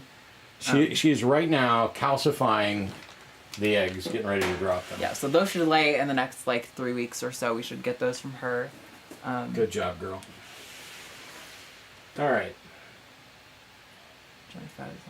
Holy crap, that has to be expensive. No, actually, because we breed our own rats and mice. So, we not only don't have to pay anything to feed our collection, but we also actually sell back our surplus to local pet shops for their feeders. And so we actually end up making a small net profit. It's definitely not enough to... Well, no, it pays for the food and almost pays for the electricity. Sure. For what the animals use, it pays back most of that and possibly a tiny bit more, but it's diminishing. We've considered expanding the rat production, but the problem is, as we told you all at the beginning of the stream, we already do so much for the rats every week. It's probably the most labor intensive of the animals that we keep, and without a proper facility that's like more efficiently temperature controlled and without like more equipment and space to like clean tubs and things like that, it's just not practical to increase production right now. But if we're able to get access to a facility at some point, we definitely would love to. The same companies who make this rack, so this is from Freedom Breeder, but another common one is ARS, which is the American Rodent Supply. They make rack systems for rodents that are very similar to this, where it's like 4 tubs in a row, and like 10 levels or something like that. We would love eventually to get one of those for the rodents, where we could have more efficient use of space to increase production. So when we're able to do stuff like that, we will. It's just right now, again, we're doing this all from home. It's very limited in our space. But it is nice that we don't have to pay for our feeders. But, you know, there's supply costs. There's 2 different forms of bedding we use for the rats, to keep smell down and to keep mess down.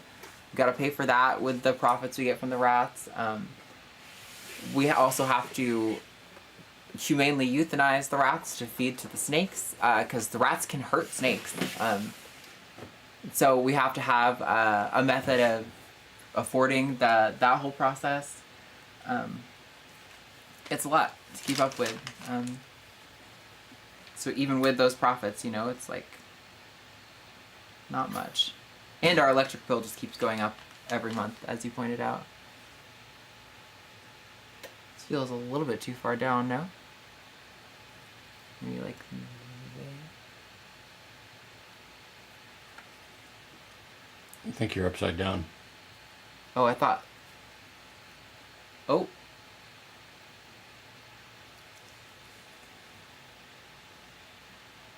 I don't find this very easy to do like this. Yeah. It seems to work when you do it like that, but I would want them on the shelf or in the bucket. So that was the gallbladder. This big black mass, that's the gallbladder. And usually the eggs are going to be just slightly further down past the gallbladder.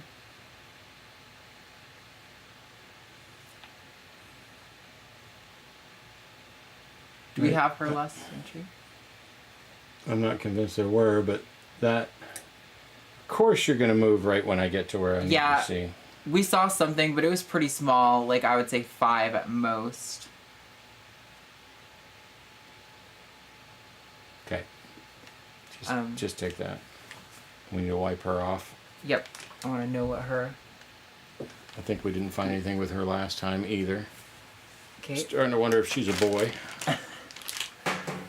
Well, we've thought that for other snakes before too. And they turned out fine. This is Varda or Yavana? Yavana. I'm gonna pop her, just because. Gonna do a popper. We're on stream. Not right now. Okay. Would you like me to hold her head? No, I'm just gonna put her up. Yep. Yeah.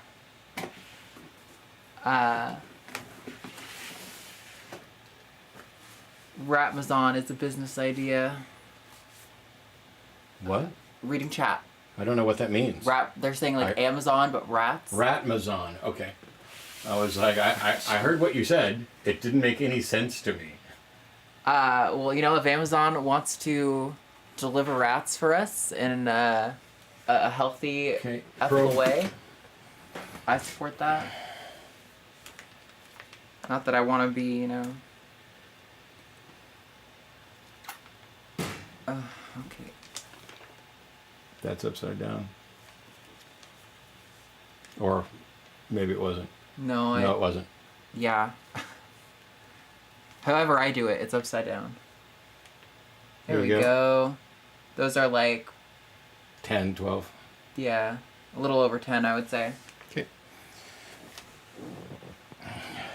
Um, So not a rush for Varda, but nothing for Yvonne. Let me get this stuff. the dimensions on the rack system.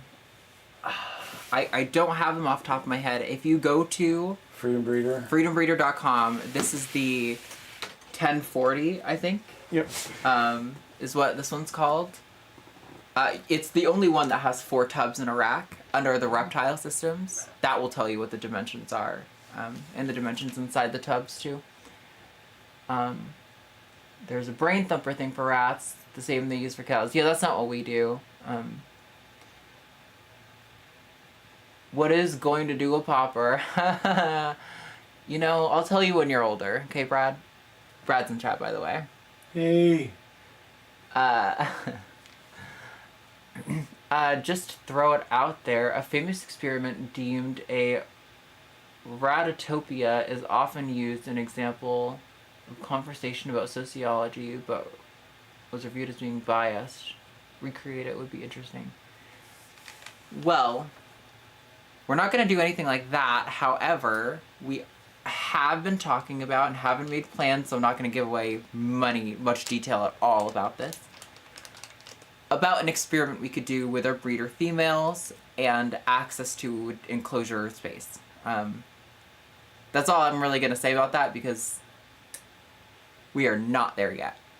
But we have an idea that we would like to do that I think would contribute meaningfully to the reptile community.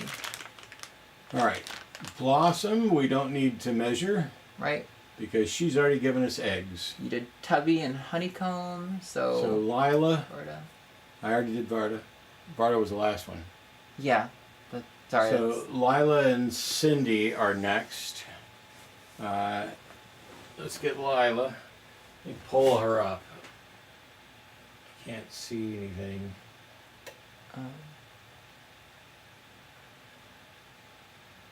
Lila. Are you just saying more food, Big Black Corvette? Hippie Chicks, chocolate bars, or Sofa King reverse s'mores?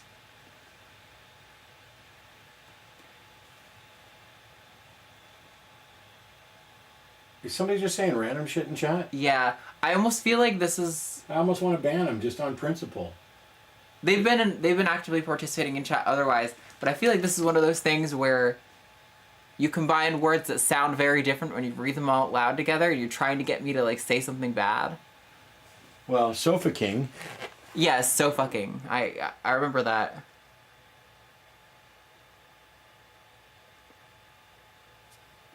Reverse s'mores.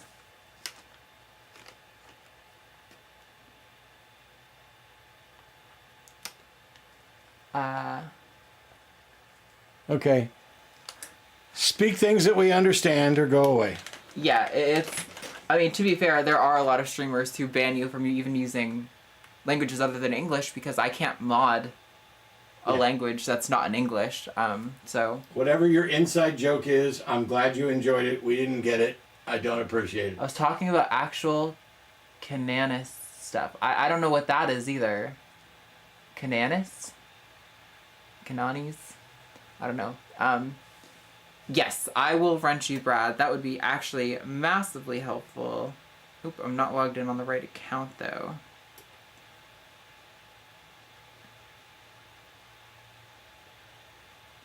Let's see, Can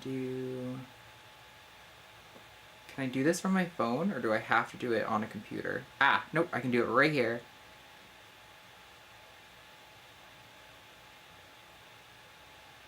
You should be wrenched, Brad. Thank you. Heart you. You're the best.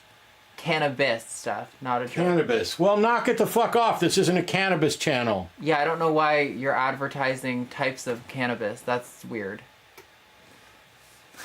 And not related to anything else that's happening in conversation.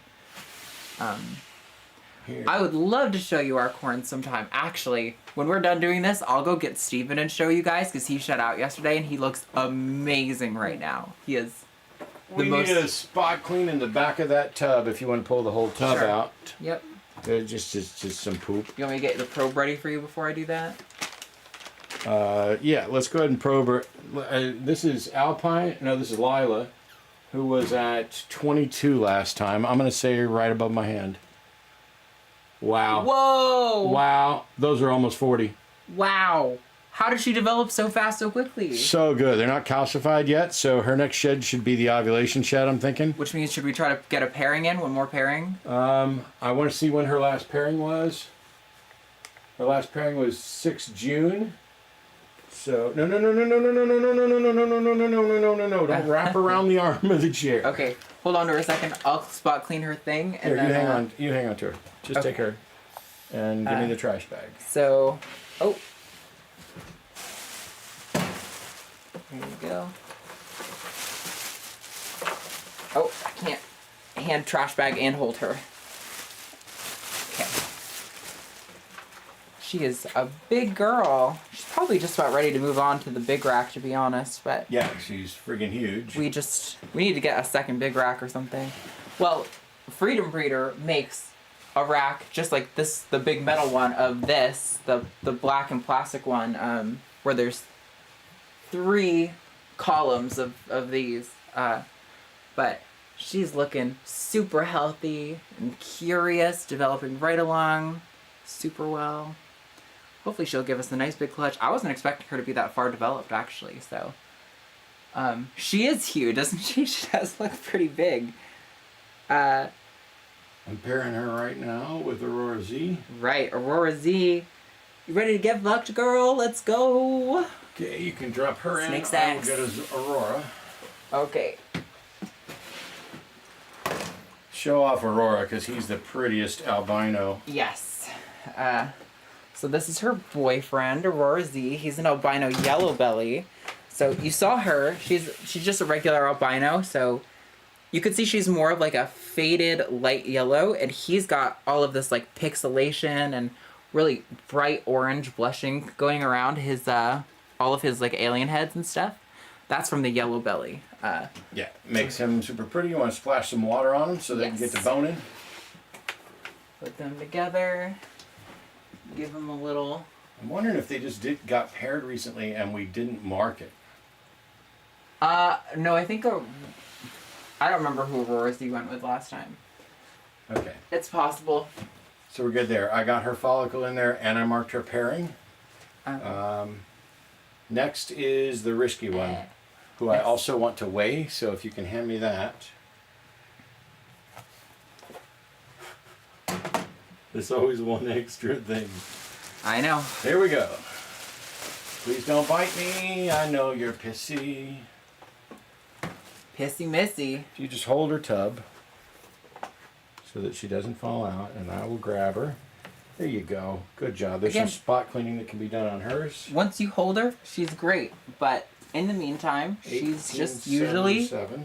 wants you to leave her the fuck alone. Yeah. You know, which is fair. Snakes are allowed to be that way. They're like that a lot. That's just something you have to accept when you get a snake that sometimes, like with a cat or any other animal, they're not going to be keen on holding all the time. Okay, we're going to get her weight in at 1877. Okay, 1877. Super good weight for breeding. You know, it's interesting too. Oh. She was at 9mm follicles in June. Just Okay. set me up. Here, you take her. I'll put her tub back. You know, it's like when you're looking at cat descriptions at a what do you call it? Place where you get animals, adoption center or whatever. They'll do all these cute little descriptions when a cat doesn't like to be touched. They'll be like, oh, I'm an independent cat. But when a snake is like that, they're like, oh, she's mean or whatever. It just really goes to show you how the bias is with reptiles. Okay.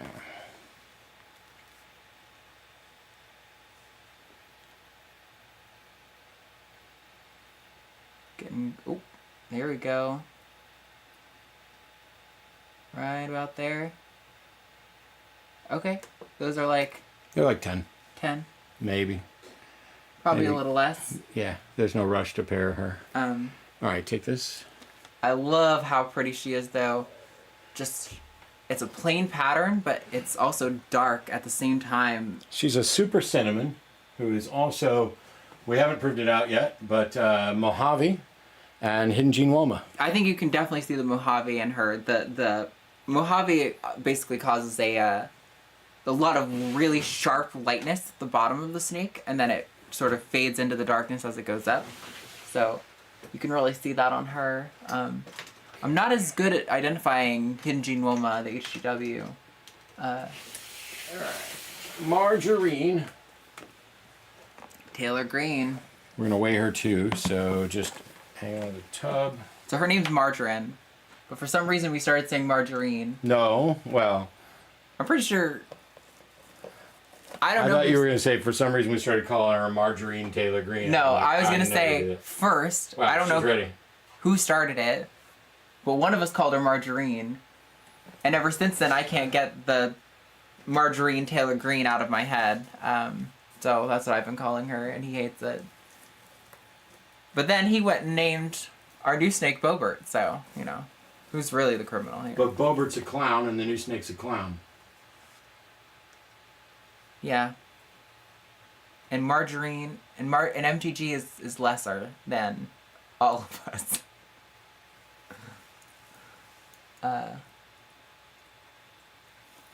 Okay, Margarine just weighed. Shit, I forgot the weight. It was like, you said she was ready, so it Yeah, must have been. 1750, I think. Yeah, that makes sense. That's about how she feels. She's been really good eating. Yeah, she's great. It's interesting. She's got only one gene visual. It's called lesser or butter, which is what causes like sort of the brown color in between the alien heads and more of the like light tan color on the alien heads. It's not a high value morph because it's so simple, but it's beautiful, I think. Oh, she looks great. Oh, we're froze. Oh, you probably want some. I don't know if we lubed up after the last one. See, and imagine doing all this with one person. We're like struggling with two people.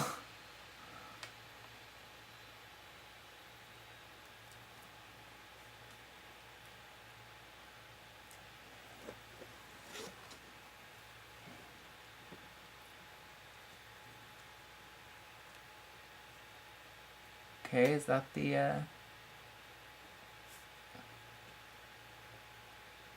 I don't think that's right. I mean, it could be. There's definitely a lot of artifacting going on. It's kind of hard to tell right now. Well, if I aim for it, I'm going to say the gallbladder should be right there.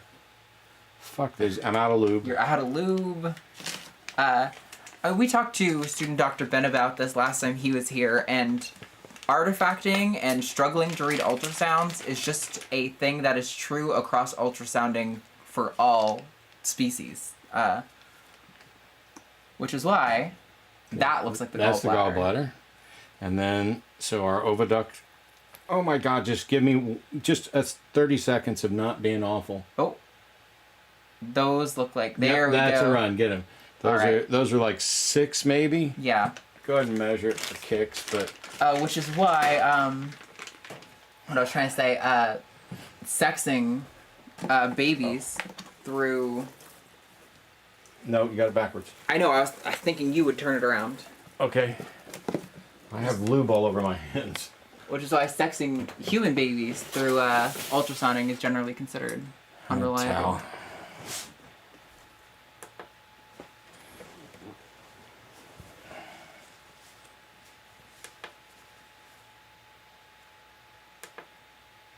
8.3. That's so good. She's getting there. She's gonna be ready to start pairing in the next like month or so. You want to rip off some more of those shop towels? Yeah. 8.3 for margin. She was at 5 last time, so that's good we found them. Follicle development, 8 millimeters. Submit. Let's see. What's chat saying?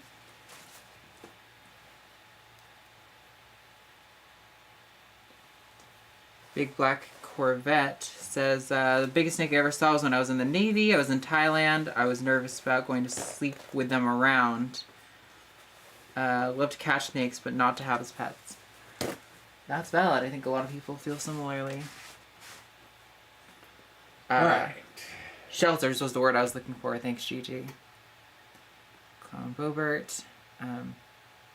Alpine was at 5 millimeters in June.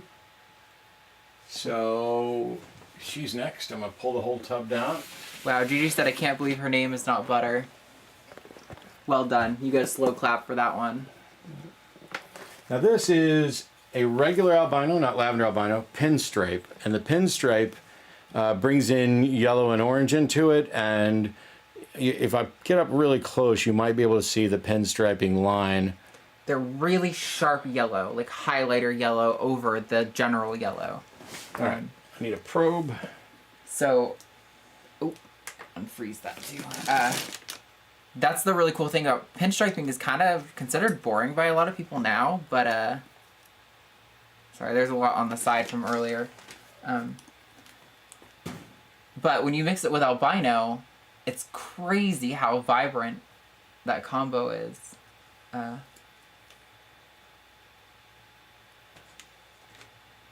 Also having a lot more success today.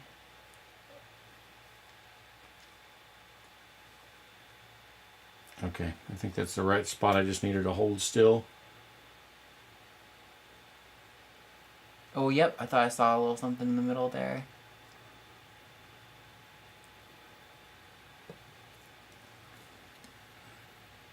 Well, I think it just means she's not ready. Yep. But whatever follicles she has, they're not big enough to catch easily. So. I got her at 5 last time, so. And it may have been, because every time we've not been able to find it, you've told me just put her in as 5 with a note. I may have not done the note and just put her in at 5.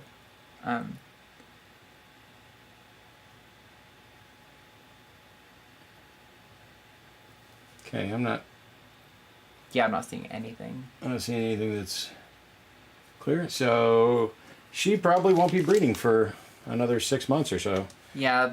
But reason it's... Oh, sorry, go ahead. That's fine.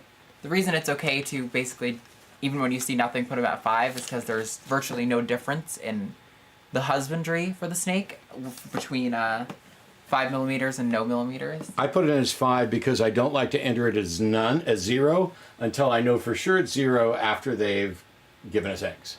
Sure. Oh, she's bone dry. She needs water. Yep.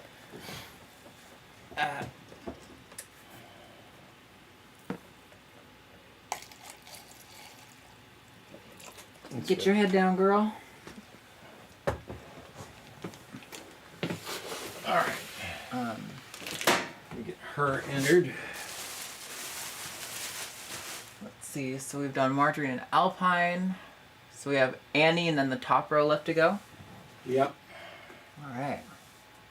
And so you've got 5 snakes left to ultrasound, and then we can finish our pairings, and we can kind of explain to you. We've kind of already done that as we found snakes that were ready for the last pairing. We just did it.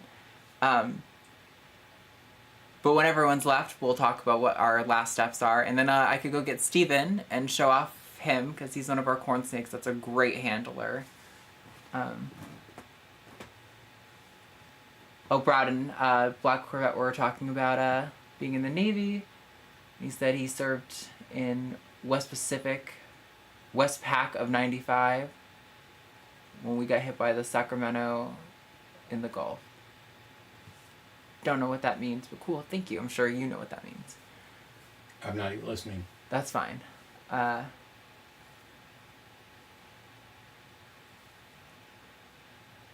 Jer Bear, happy 4th. Man, those hearts look like a bomb pop, and I'm really sad that we didn't try to get bomb pops before the holiday, because I would have loved to enjoy one right now. Sounds so tasty. But I have a feeling it's going to be, even if there's a grocery store open, they'll probably be completely sold out of bomb pops, because fucking Texans love America and bomb pops. Okay. Yes. Oh, sorry. Go ahead. What were you going to say? Nothing. Gigi said, do snakes react to music like vibrations? What relaxes them in general? So, what relaxes snakes is being left the fuck alone. More toss.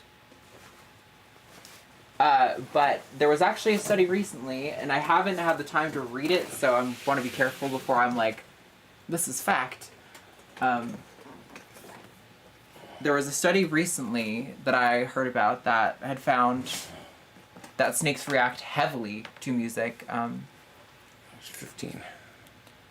And this is an effect of their hearing, I think. So they don't have an outer ear like we do, but they do have an inner ear. And all of their sound vibrations come through vibrations that they feel in their jaw.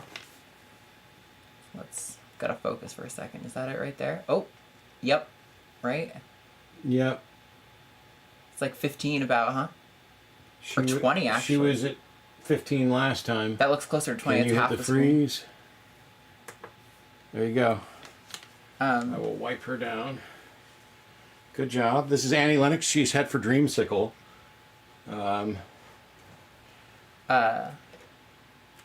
You take her. I'll put the tub up. Then you hand me her back. Okay. I even think, I don't, again, I want to be careful about how much I say, so take what I'm saying with a grain of salt. I think there was a specific genre of music that snakes reacted to very positively, and it might have been like classical music or something. I do want to read more on that. I've been actually reading a lot of papers on snakes recently because I want to be knowledgeable and not stuck 18 point. I think I actually undersold it, so I would say like 19. I think I clicked a little too far inward. It's fine. She's probably maybe the next one for pairing. We'll see. Sure. But I've been on a kick of reading a lot of papers about snakes recently, so that I can... It's hard, because with snakes you can't... It's difficult to come to conclusions based on the papers, the way it is with like mammals or humans. Yeah, unfortunately. But, you know, we do the best with what we have and continually refine the practice. That's the fun of science. Let's have some fun, because the next one is Clarabelle. And if Clarabelle, she was at 15 last time. If she is closer to 20, I'm going to pull Bozo out and pair them up today. Hell yeah! But I don't want to get the Snake ladder out, stacks. because the ladder's a bit annoying. So we're just going to keep pulling tubs all the way down. Yep. This is Clarabelle. She is a So pastel pretty. clown. Very pretty. You can see the yellowing colors come up. You can see the clown right there from her head, and the way the pattern kind of merges and deforms. Yeah. Love clown. Clown's a recessive trait, so you have to have it in both parents to have a chance at getting it. If both parents are visibly clown, everything they produce will be clown. If one of them is heterozygous for clown, then you're at 66%. And if both of them are just het for clown, then you're at 50% of getting an actual clown. She is visible clown, which means she has 2 copies of the gene. Bozo, who we're going to pair her with, is also visible clown and banana blade clown. Right. And so he has 2 copies of the genes, which means everything they produce will be clown. 50% of them will be pastel. 50% of them will be banana. 50% of them will be blade. Mm-hmm. It's a better... Like, I might just sell Ronald. I don't know that I need a lesser clown at this point. I know, I love Ronald. He's such a good eater, but this is definitely a better pair in terms of what they're actually producing. Hi, you. You're being really cool. Here, really why don't you do that, and I will get her to where there's a part of her body that you can scan. I'll do my best. Right there.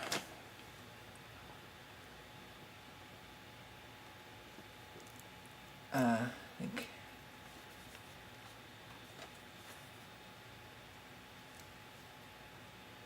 You're too high. on the body. Too close to dorsal. Yeah, right there. Oh.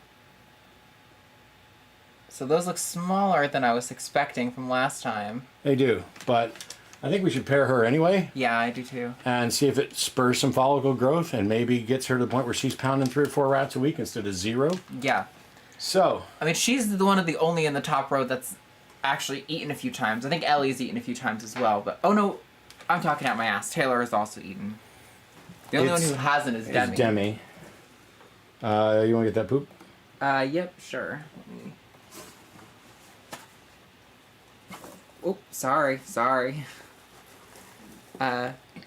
It's also, these paper towels are blue, and the only colors that, snakes can, like, see easily are, like, blue and green, so... Okay, give me Bozo, we'll pair them. Bozo...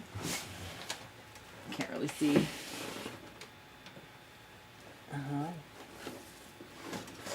You can put him in. Okay. Look at this handsome boy. Alright. Alright, so Clarabelle, we'll put it at 15.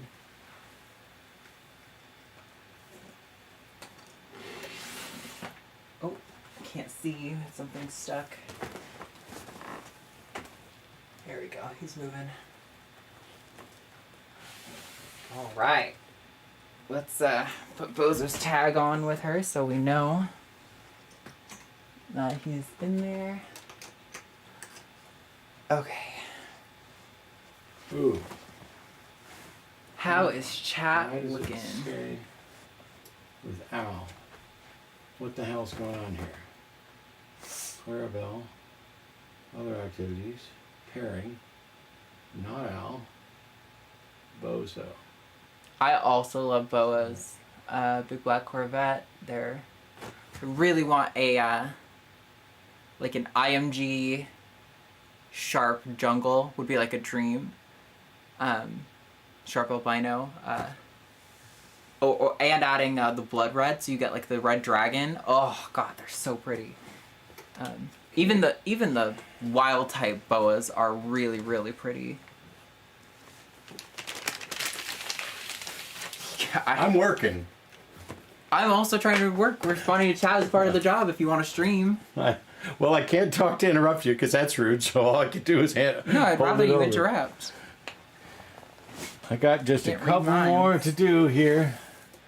Here we go. Demi Lovato, who hasn't eaten, but last time had 20 millimeter follicles, which is why we've already been pairing her, but it's time to pair her again with Mayfield. I'm going to say right between those two, those two saddles.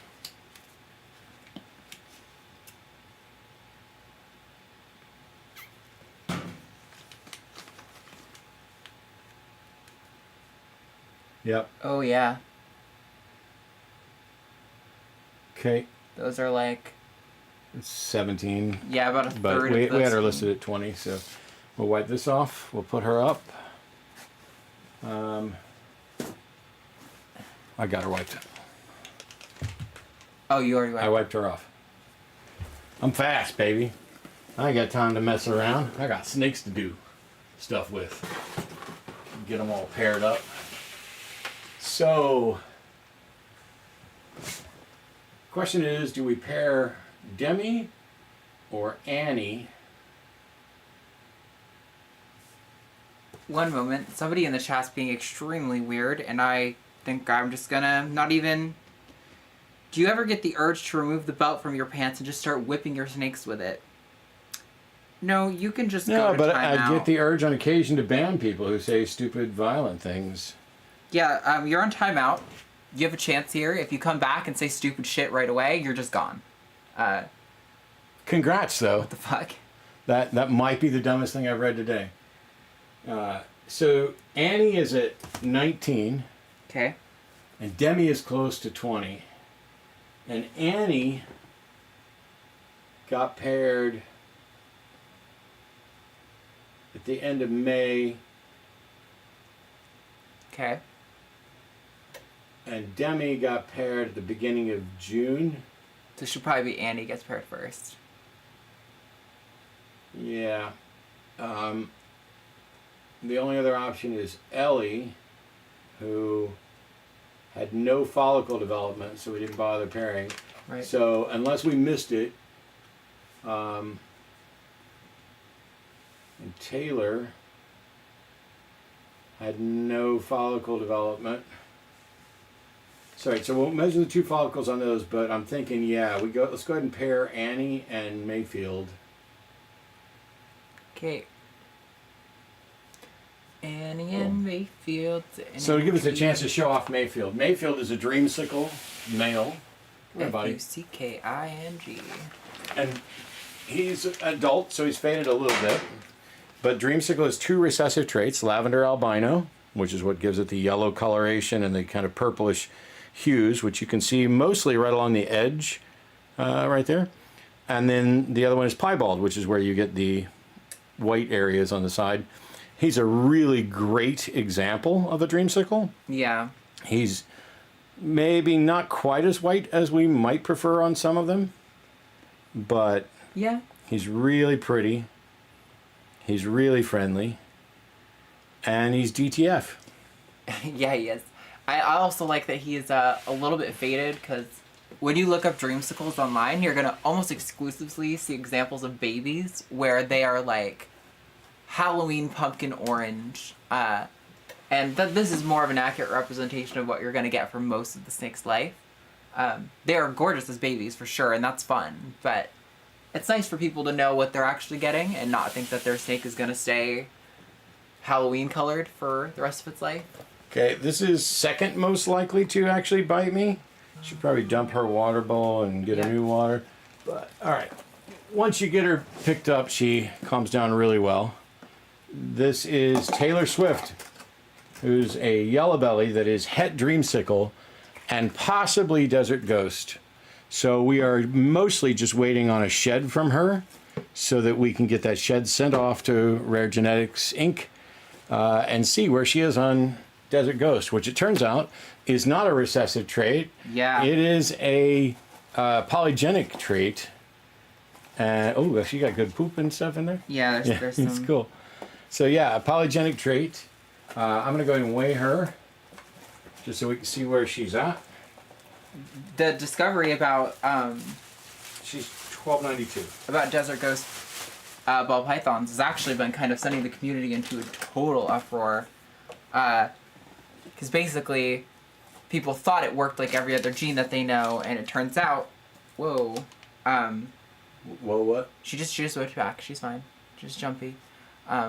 It turns out there's actually probably 2 or 3 genes responsible for the visual representation of Desert Ghost ball pythons, which also means it's actually slightly easier to produce, to my understanding.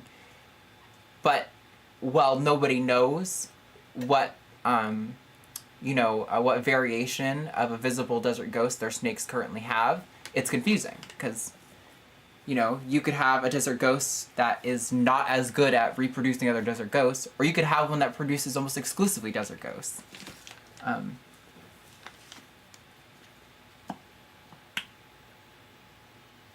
Why are you being so skittish? I'm just going to say probably a little lower than that. Oh, that way. Okay, Yeah. I thought you meant lower on its body. And I think you're upside down. Okay. The shorter number thing is up. No.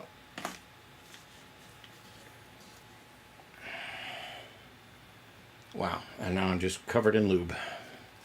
And of Probably course, need more on the of probe. course, there's not lube on the probe, and you're running. Okay. Running. Boom. Okay, let's go. Gallbladder. Boom. Wow.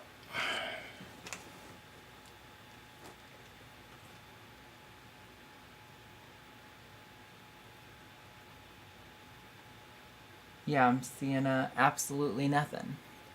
Nothing, and she's lost weight. So. Well, she hasn't really been eating much.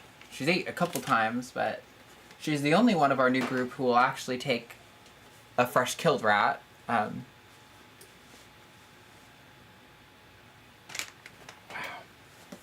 She's just very jumpy. Yeah, she's incredibly jumpy. But her previous owner told us that she was very, very, very jumpy and not super enjoyed. She did not really enjoy being handled, but She snapped at me once.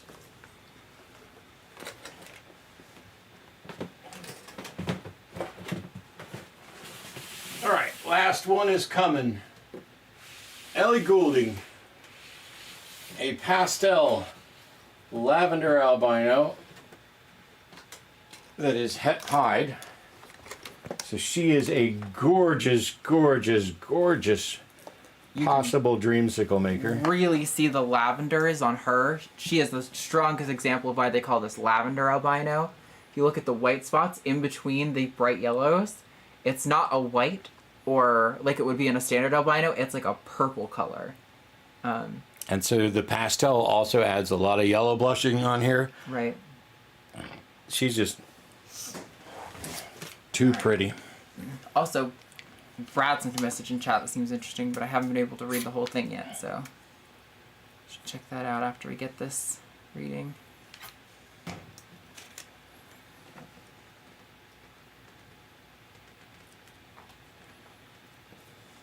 Ellie is one of our few that will only take live food. We do our best to avoid that where we can, but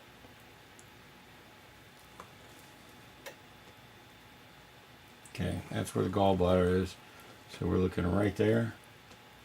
oh, there's some little ones I think. Yeah, Yep. like fives at Tiny best. tinies. Fives at best. All right, time to get all this freaking lube off my hands. I'm just covered in lube. Hi, you. All right. Okay. Okay. Don't That is all our girls ultrasounded. So Brad said, I was ordering something for you both on Amazon. It will be delivered on Thursday. Otherwise, I would have banned hot buttered biscuit. No worries. And thank you for... Oh my god, is this the Mountain Dew one that you're sending us? He said Bomb Pop Soda. Because I got one from the gas station the other day, and I was like, this definitely tastes like a Bomb Pop.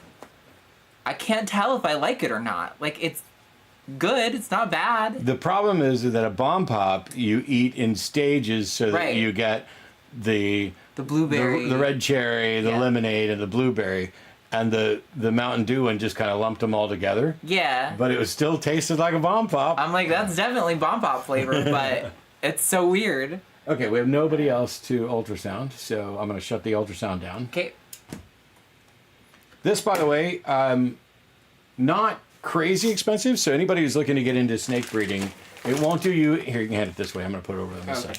It won't do you any good with colubrids and hog noses and things like that because they're just generally too small. Yep. And it's generally easier to just tell, hey, you know, we've watched their activity, we've seen their body shape, we can tell, you know, like it was no surprise. Well, one of our corns was a surprise when she laid. Oh, yeah. I was going to say, I would wish I could show you all. We have a house snake right now who we are like... she was sold to us as this guy has tried to breed her and not had a lot of success. Grab But, well, she's in quarantine. She's only been in there for like not even a week, so I don't know if I want to bring her in here. But she feels gravid to us. She's extremely lumpy. But one I will bring in for you guys is Steven, our corn snake from downstairs. So Yeah, go get Steven. I'm gonna... you're gonna work on pairings or whatever, and then no, pairings are done. okay. I moved Mayfield in with Annie and marked it. Also, Brad says it's not the Mountain Dew one, but enjoy and let me know what you think. Coming from me, as I can't taste, wouldn't be able to tell you what to expect. Friends of mine love it. Oh yeah, we'll definitely try it. Thank you so much. That sounds great. All right, I'll be right back with Steven the corn snake.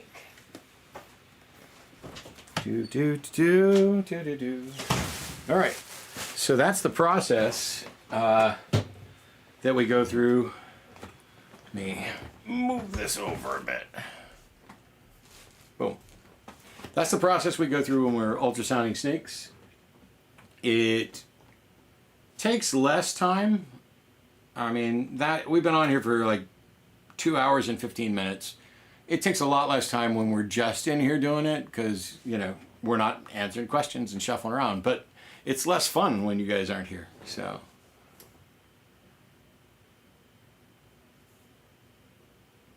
Dragon fruit tea from Taco Bell. Don't know anything about it.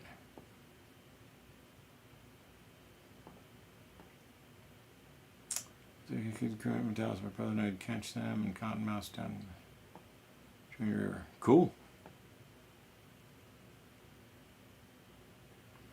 Yeah, I caught rattlesnakes when I was in the Navy. Down at Camp Lejeune, we actually caught some and cooked them, killed them, and ate them.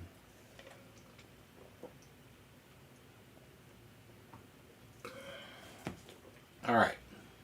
So on the short list to do for the rest of the day, first of all, these pants are going in the laundry because they're covered in the lube for the ultrasound. So these are ready to be washed. We got some other laundry stuff to finish. There's a few snakes that we're going to start feeding here. I moved the camera a bit, so if you can scoot over this way, you're fine. There's a few snakes that we're going to probably do some feedings on today. So he just shed, so he is extra vibrant today. We don't have confirmed genetics on him. We know he's definitely... What? Him we do. It's Peaches we don't. Well, yeah, but... No, I thought we knew he's A male and probably stripe. But I thought we didn't actually know for sure if he was stripe. And no, he's we do. Significantly more red than a normal A male stripe. Which suggests that there could be like a possible red factor or something in there, but... Well, we don't know in the sense that we haven't confirmed it through breeding, but he was bought with very specific genetics. Okay. I'm pulling him up. But he's a gem. He actually is so curious and sweet that he, when you open the door to his enclosure, he often will just crawl out on his own. Our other boy corn does that too. Yeah, but he is hypo-amel stripe. Oh, okay. He is a triple recessive that I bought specifically to give us options in breeding with right. Peaches and others as well. Hypo is what made him so red. Yeah. Peaches is the one we don't know. Peaches, right, okay. I think, is just amel stripe, but we got... Peaches was a Craigslist gather. He's very squirmy right now. I mean, the camera does a pretty good job, but man, he's crazy red. Yeah, right I want to now. get his like head on the camera. And if you look at his belly,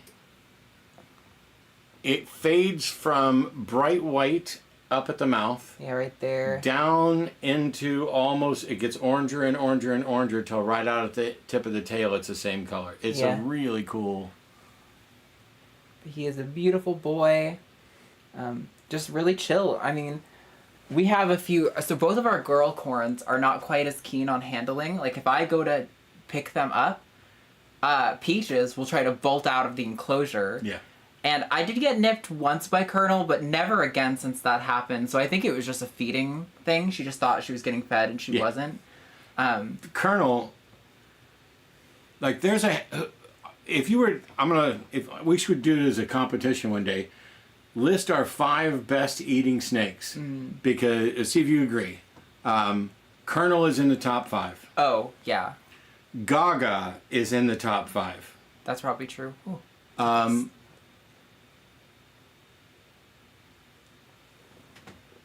Who's a beast that never refuses? I mean, Chandra's crazy. She took 2 last week. Chandra is one of the best eaters for sure. Could be one of the boys. I mean, all Sunny Boy, Ronald, Diggle, all of them have ate pretty well, but I don't know if I would say they're like... Honeycomb is a really good eater. Yeah. That's why she's put on some weight. I think I would put Colonel at the top, though, because...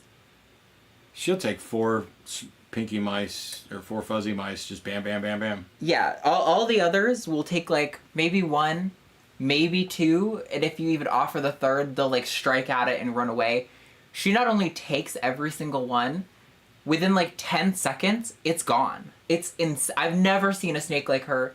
She looks like she's almost having, like, some sort of, like, resource anxiety, like, I don't know when I'm gonna get food again, so I have to eat this as fast as possible to make sure nobody else gets it, and it's like... Girl, you live alone in your enclosure. Nobody else is gonna get that rat or the mouse. if we heat some up later today, we might record it and post it. Now, let me tell you what's coming up for those of you who bothered to stick with us through all this.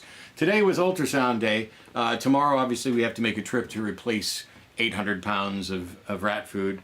And then I have a show after that. But beginning, I believe, Thursday, if we have time, I'm going to start doing some videos for this channel, specifically on the pairings that we did. I may touch a little bit on snake genetics, but I'm going to start with the various pairings that we did that have already resulted in eggs. Because we have eggs from Miranda, which wasn't from a pairing of ours, but I'll go through the genetics there. Mocha, who is our Mojave Calico that we paired with Huey, who is a leopard het pied. And Mocha is also het pied. So if we get any piebalds, we'll be proving that out.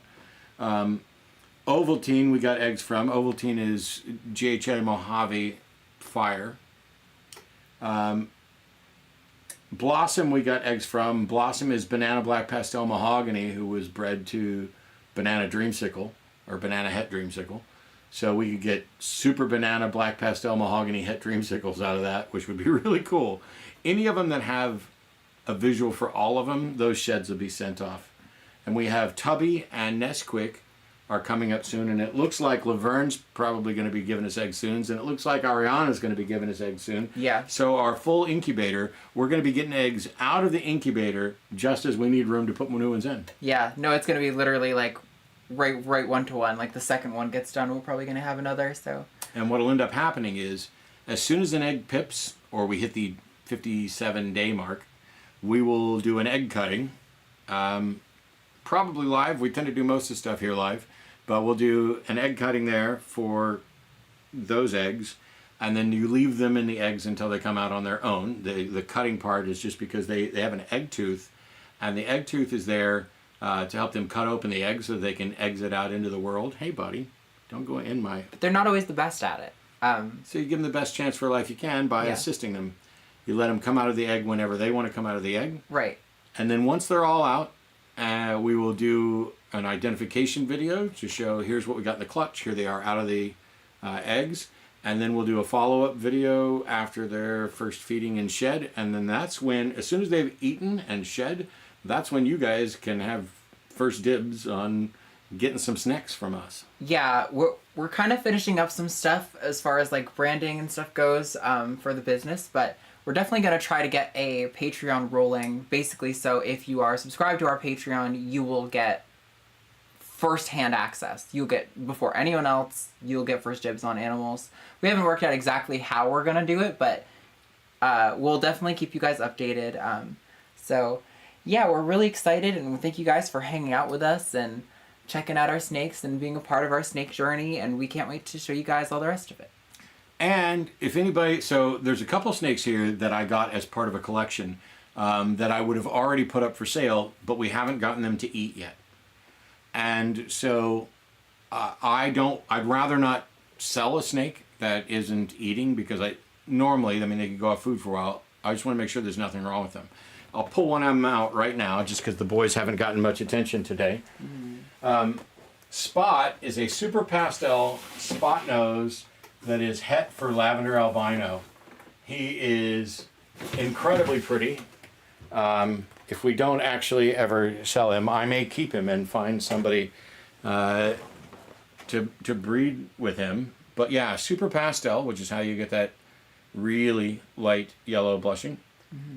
Het lavender albino, which we can't demonstrate, but spot nose you can really tell with the head stamp, which looks like a skull. Yep. And he's one of the ones we're going to take for a ride, because he is a beautiful, I mean, I was happy to get him even though I didn't have a breeding project for him. And in addition to Spot, so he'll be available just as soon as he starts eating. But in addition to Spot, we've also got Spinach. Let me put him up. Let go of me, buddy. You don't even like me that much. Spinach is below the thing. Is a super pastel inchy GHI. Come here, buddy. And so he almost looks orange dreamy. That super pastel inchy really turns orange. And he's GHI, which messes with the pattern a little bit. You can see it on the sides in the keyholes here as well.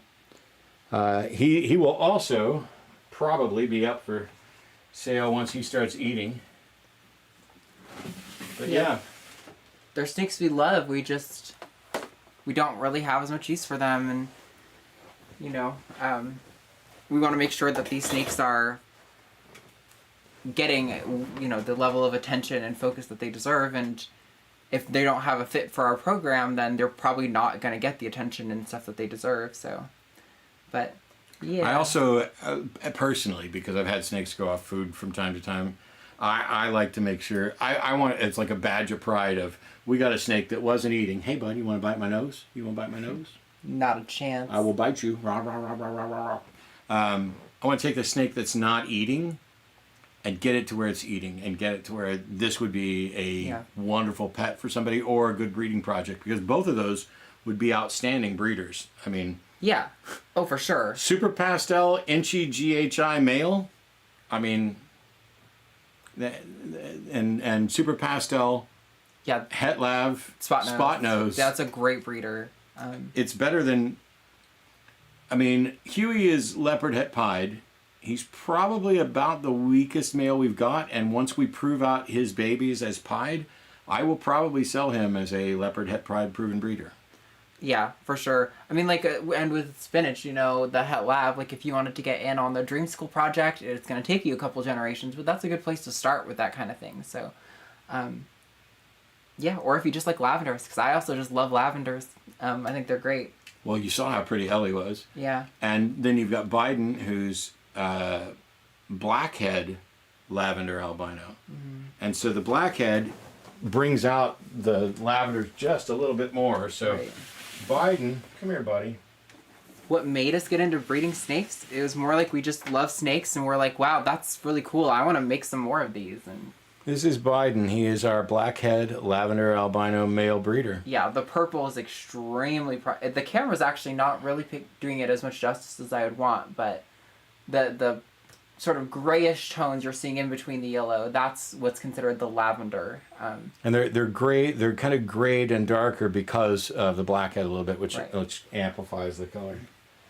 So much. I can't wait. So the next probably live video we do will probably be either in... Did you get bit? No, of course you didn't get bit. He's crawling up my sleeve and it tickled. Yeah. Of course you didn't get bit. No. You would. I don't know what you'd have to do to get Steven to want to bite. No, I don't think Steven's ever going to bite. I'm not worried about it at all. He is easily... Hey, sweetie.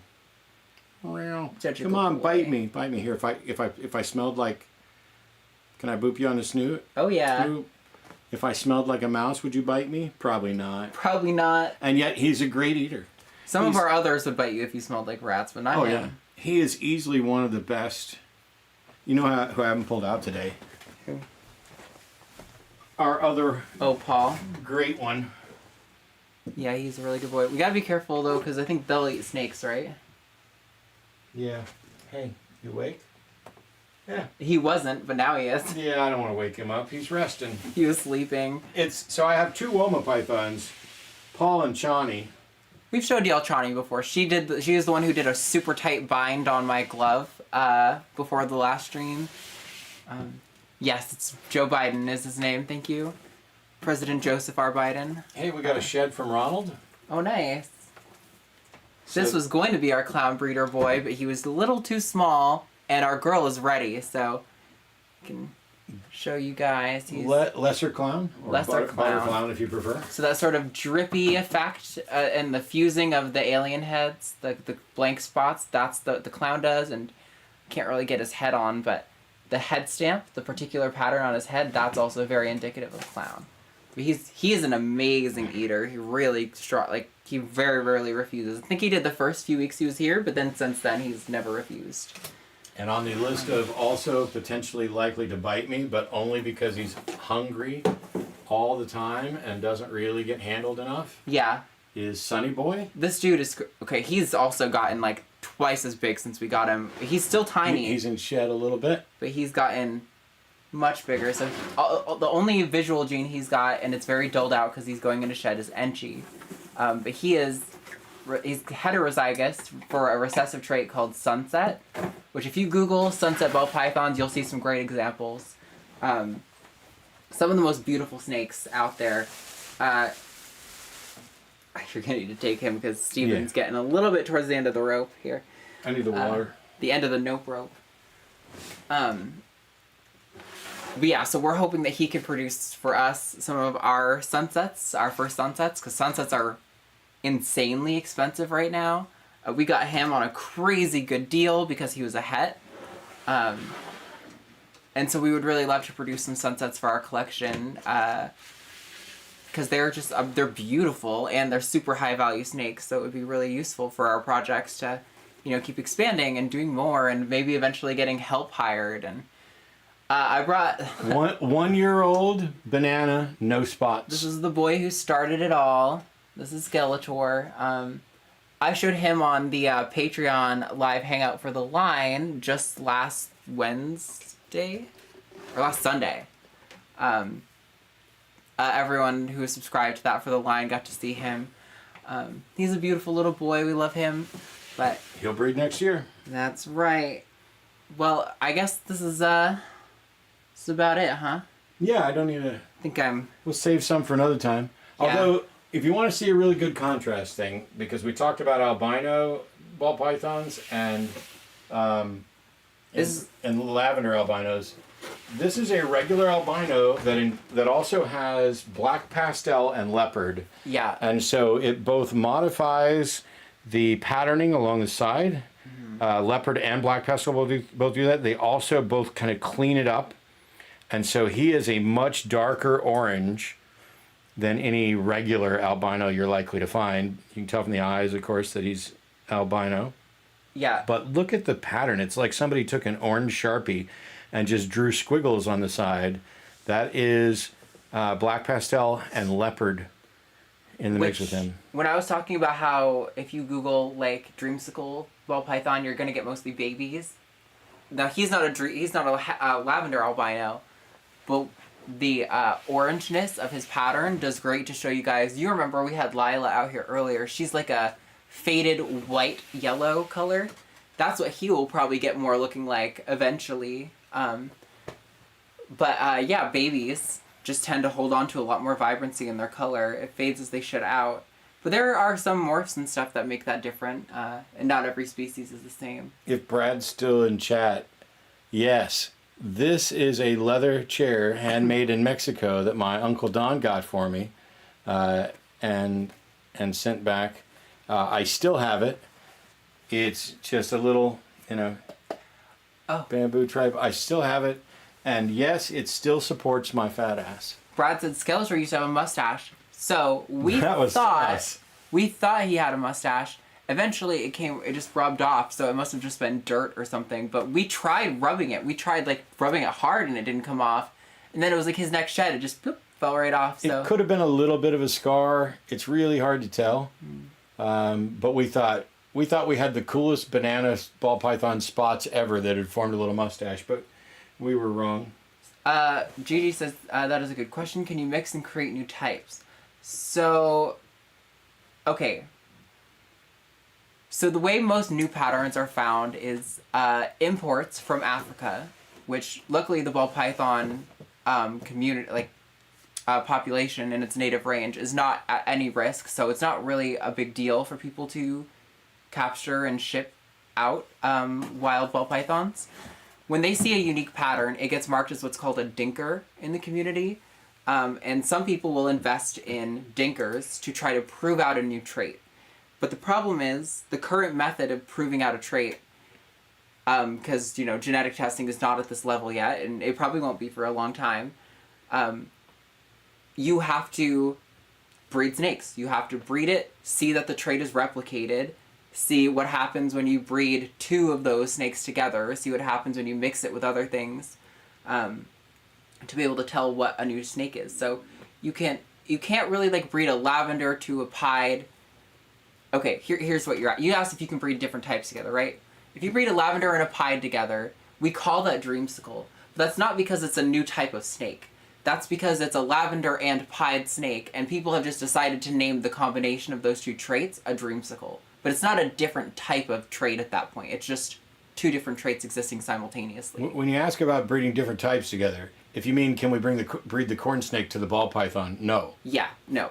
You have to... Yeah, that's a matter of, like, speciation and genetics. Just the same reason I can't... However, you can breed most of the pythons together. For example, green tree pythons and carpet pythons have been crossbred pretty reliably, and even their offspring seem to be able to reproduce, which is pretty rare when you do cross-species breeding like that.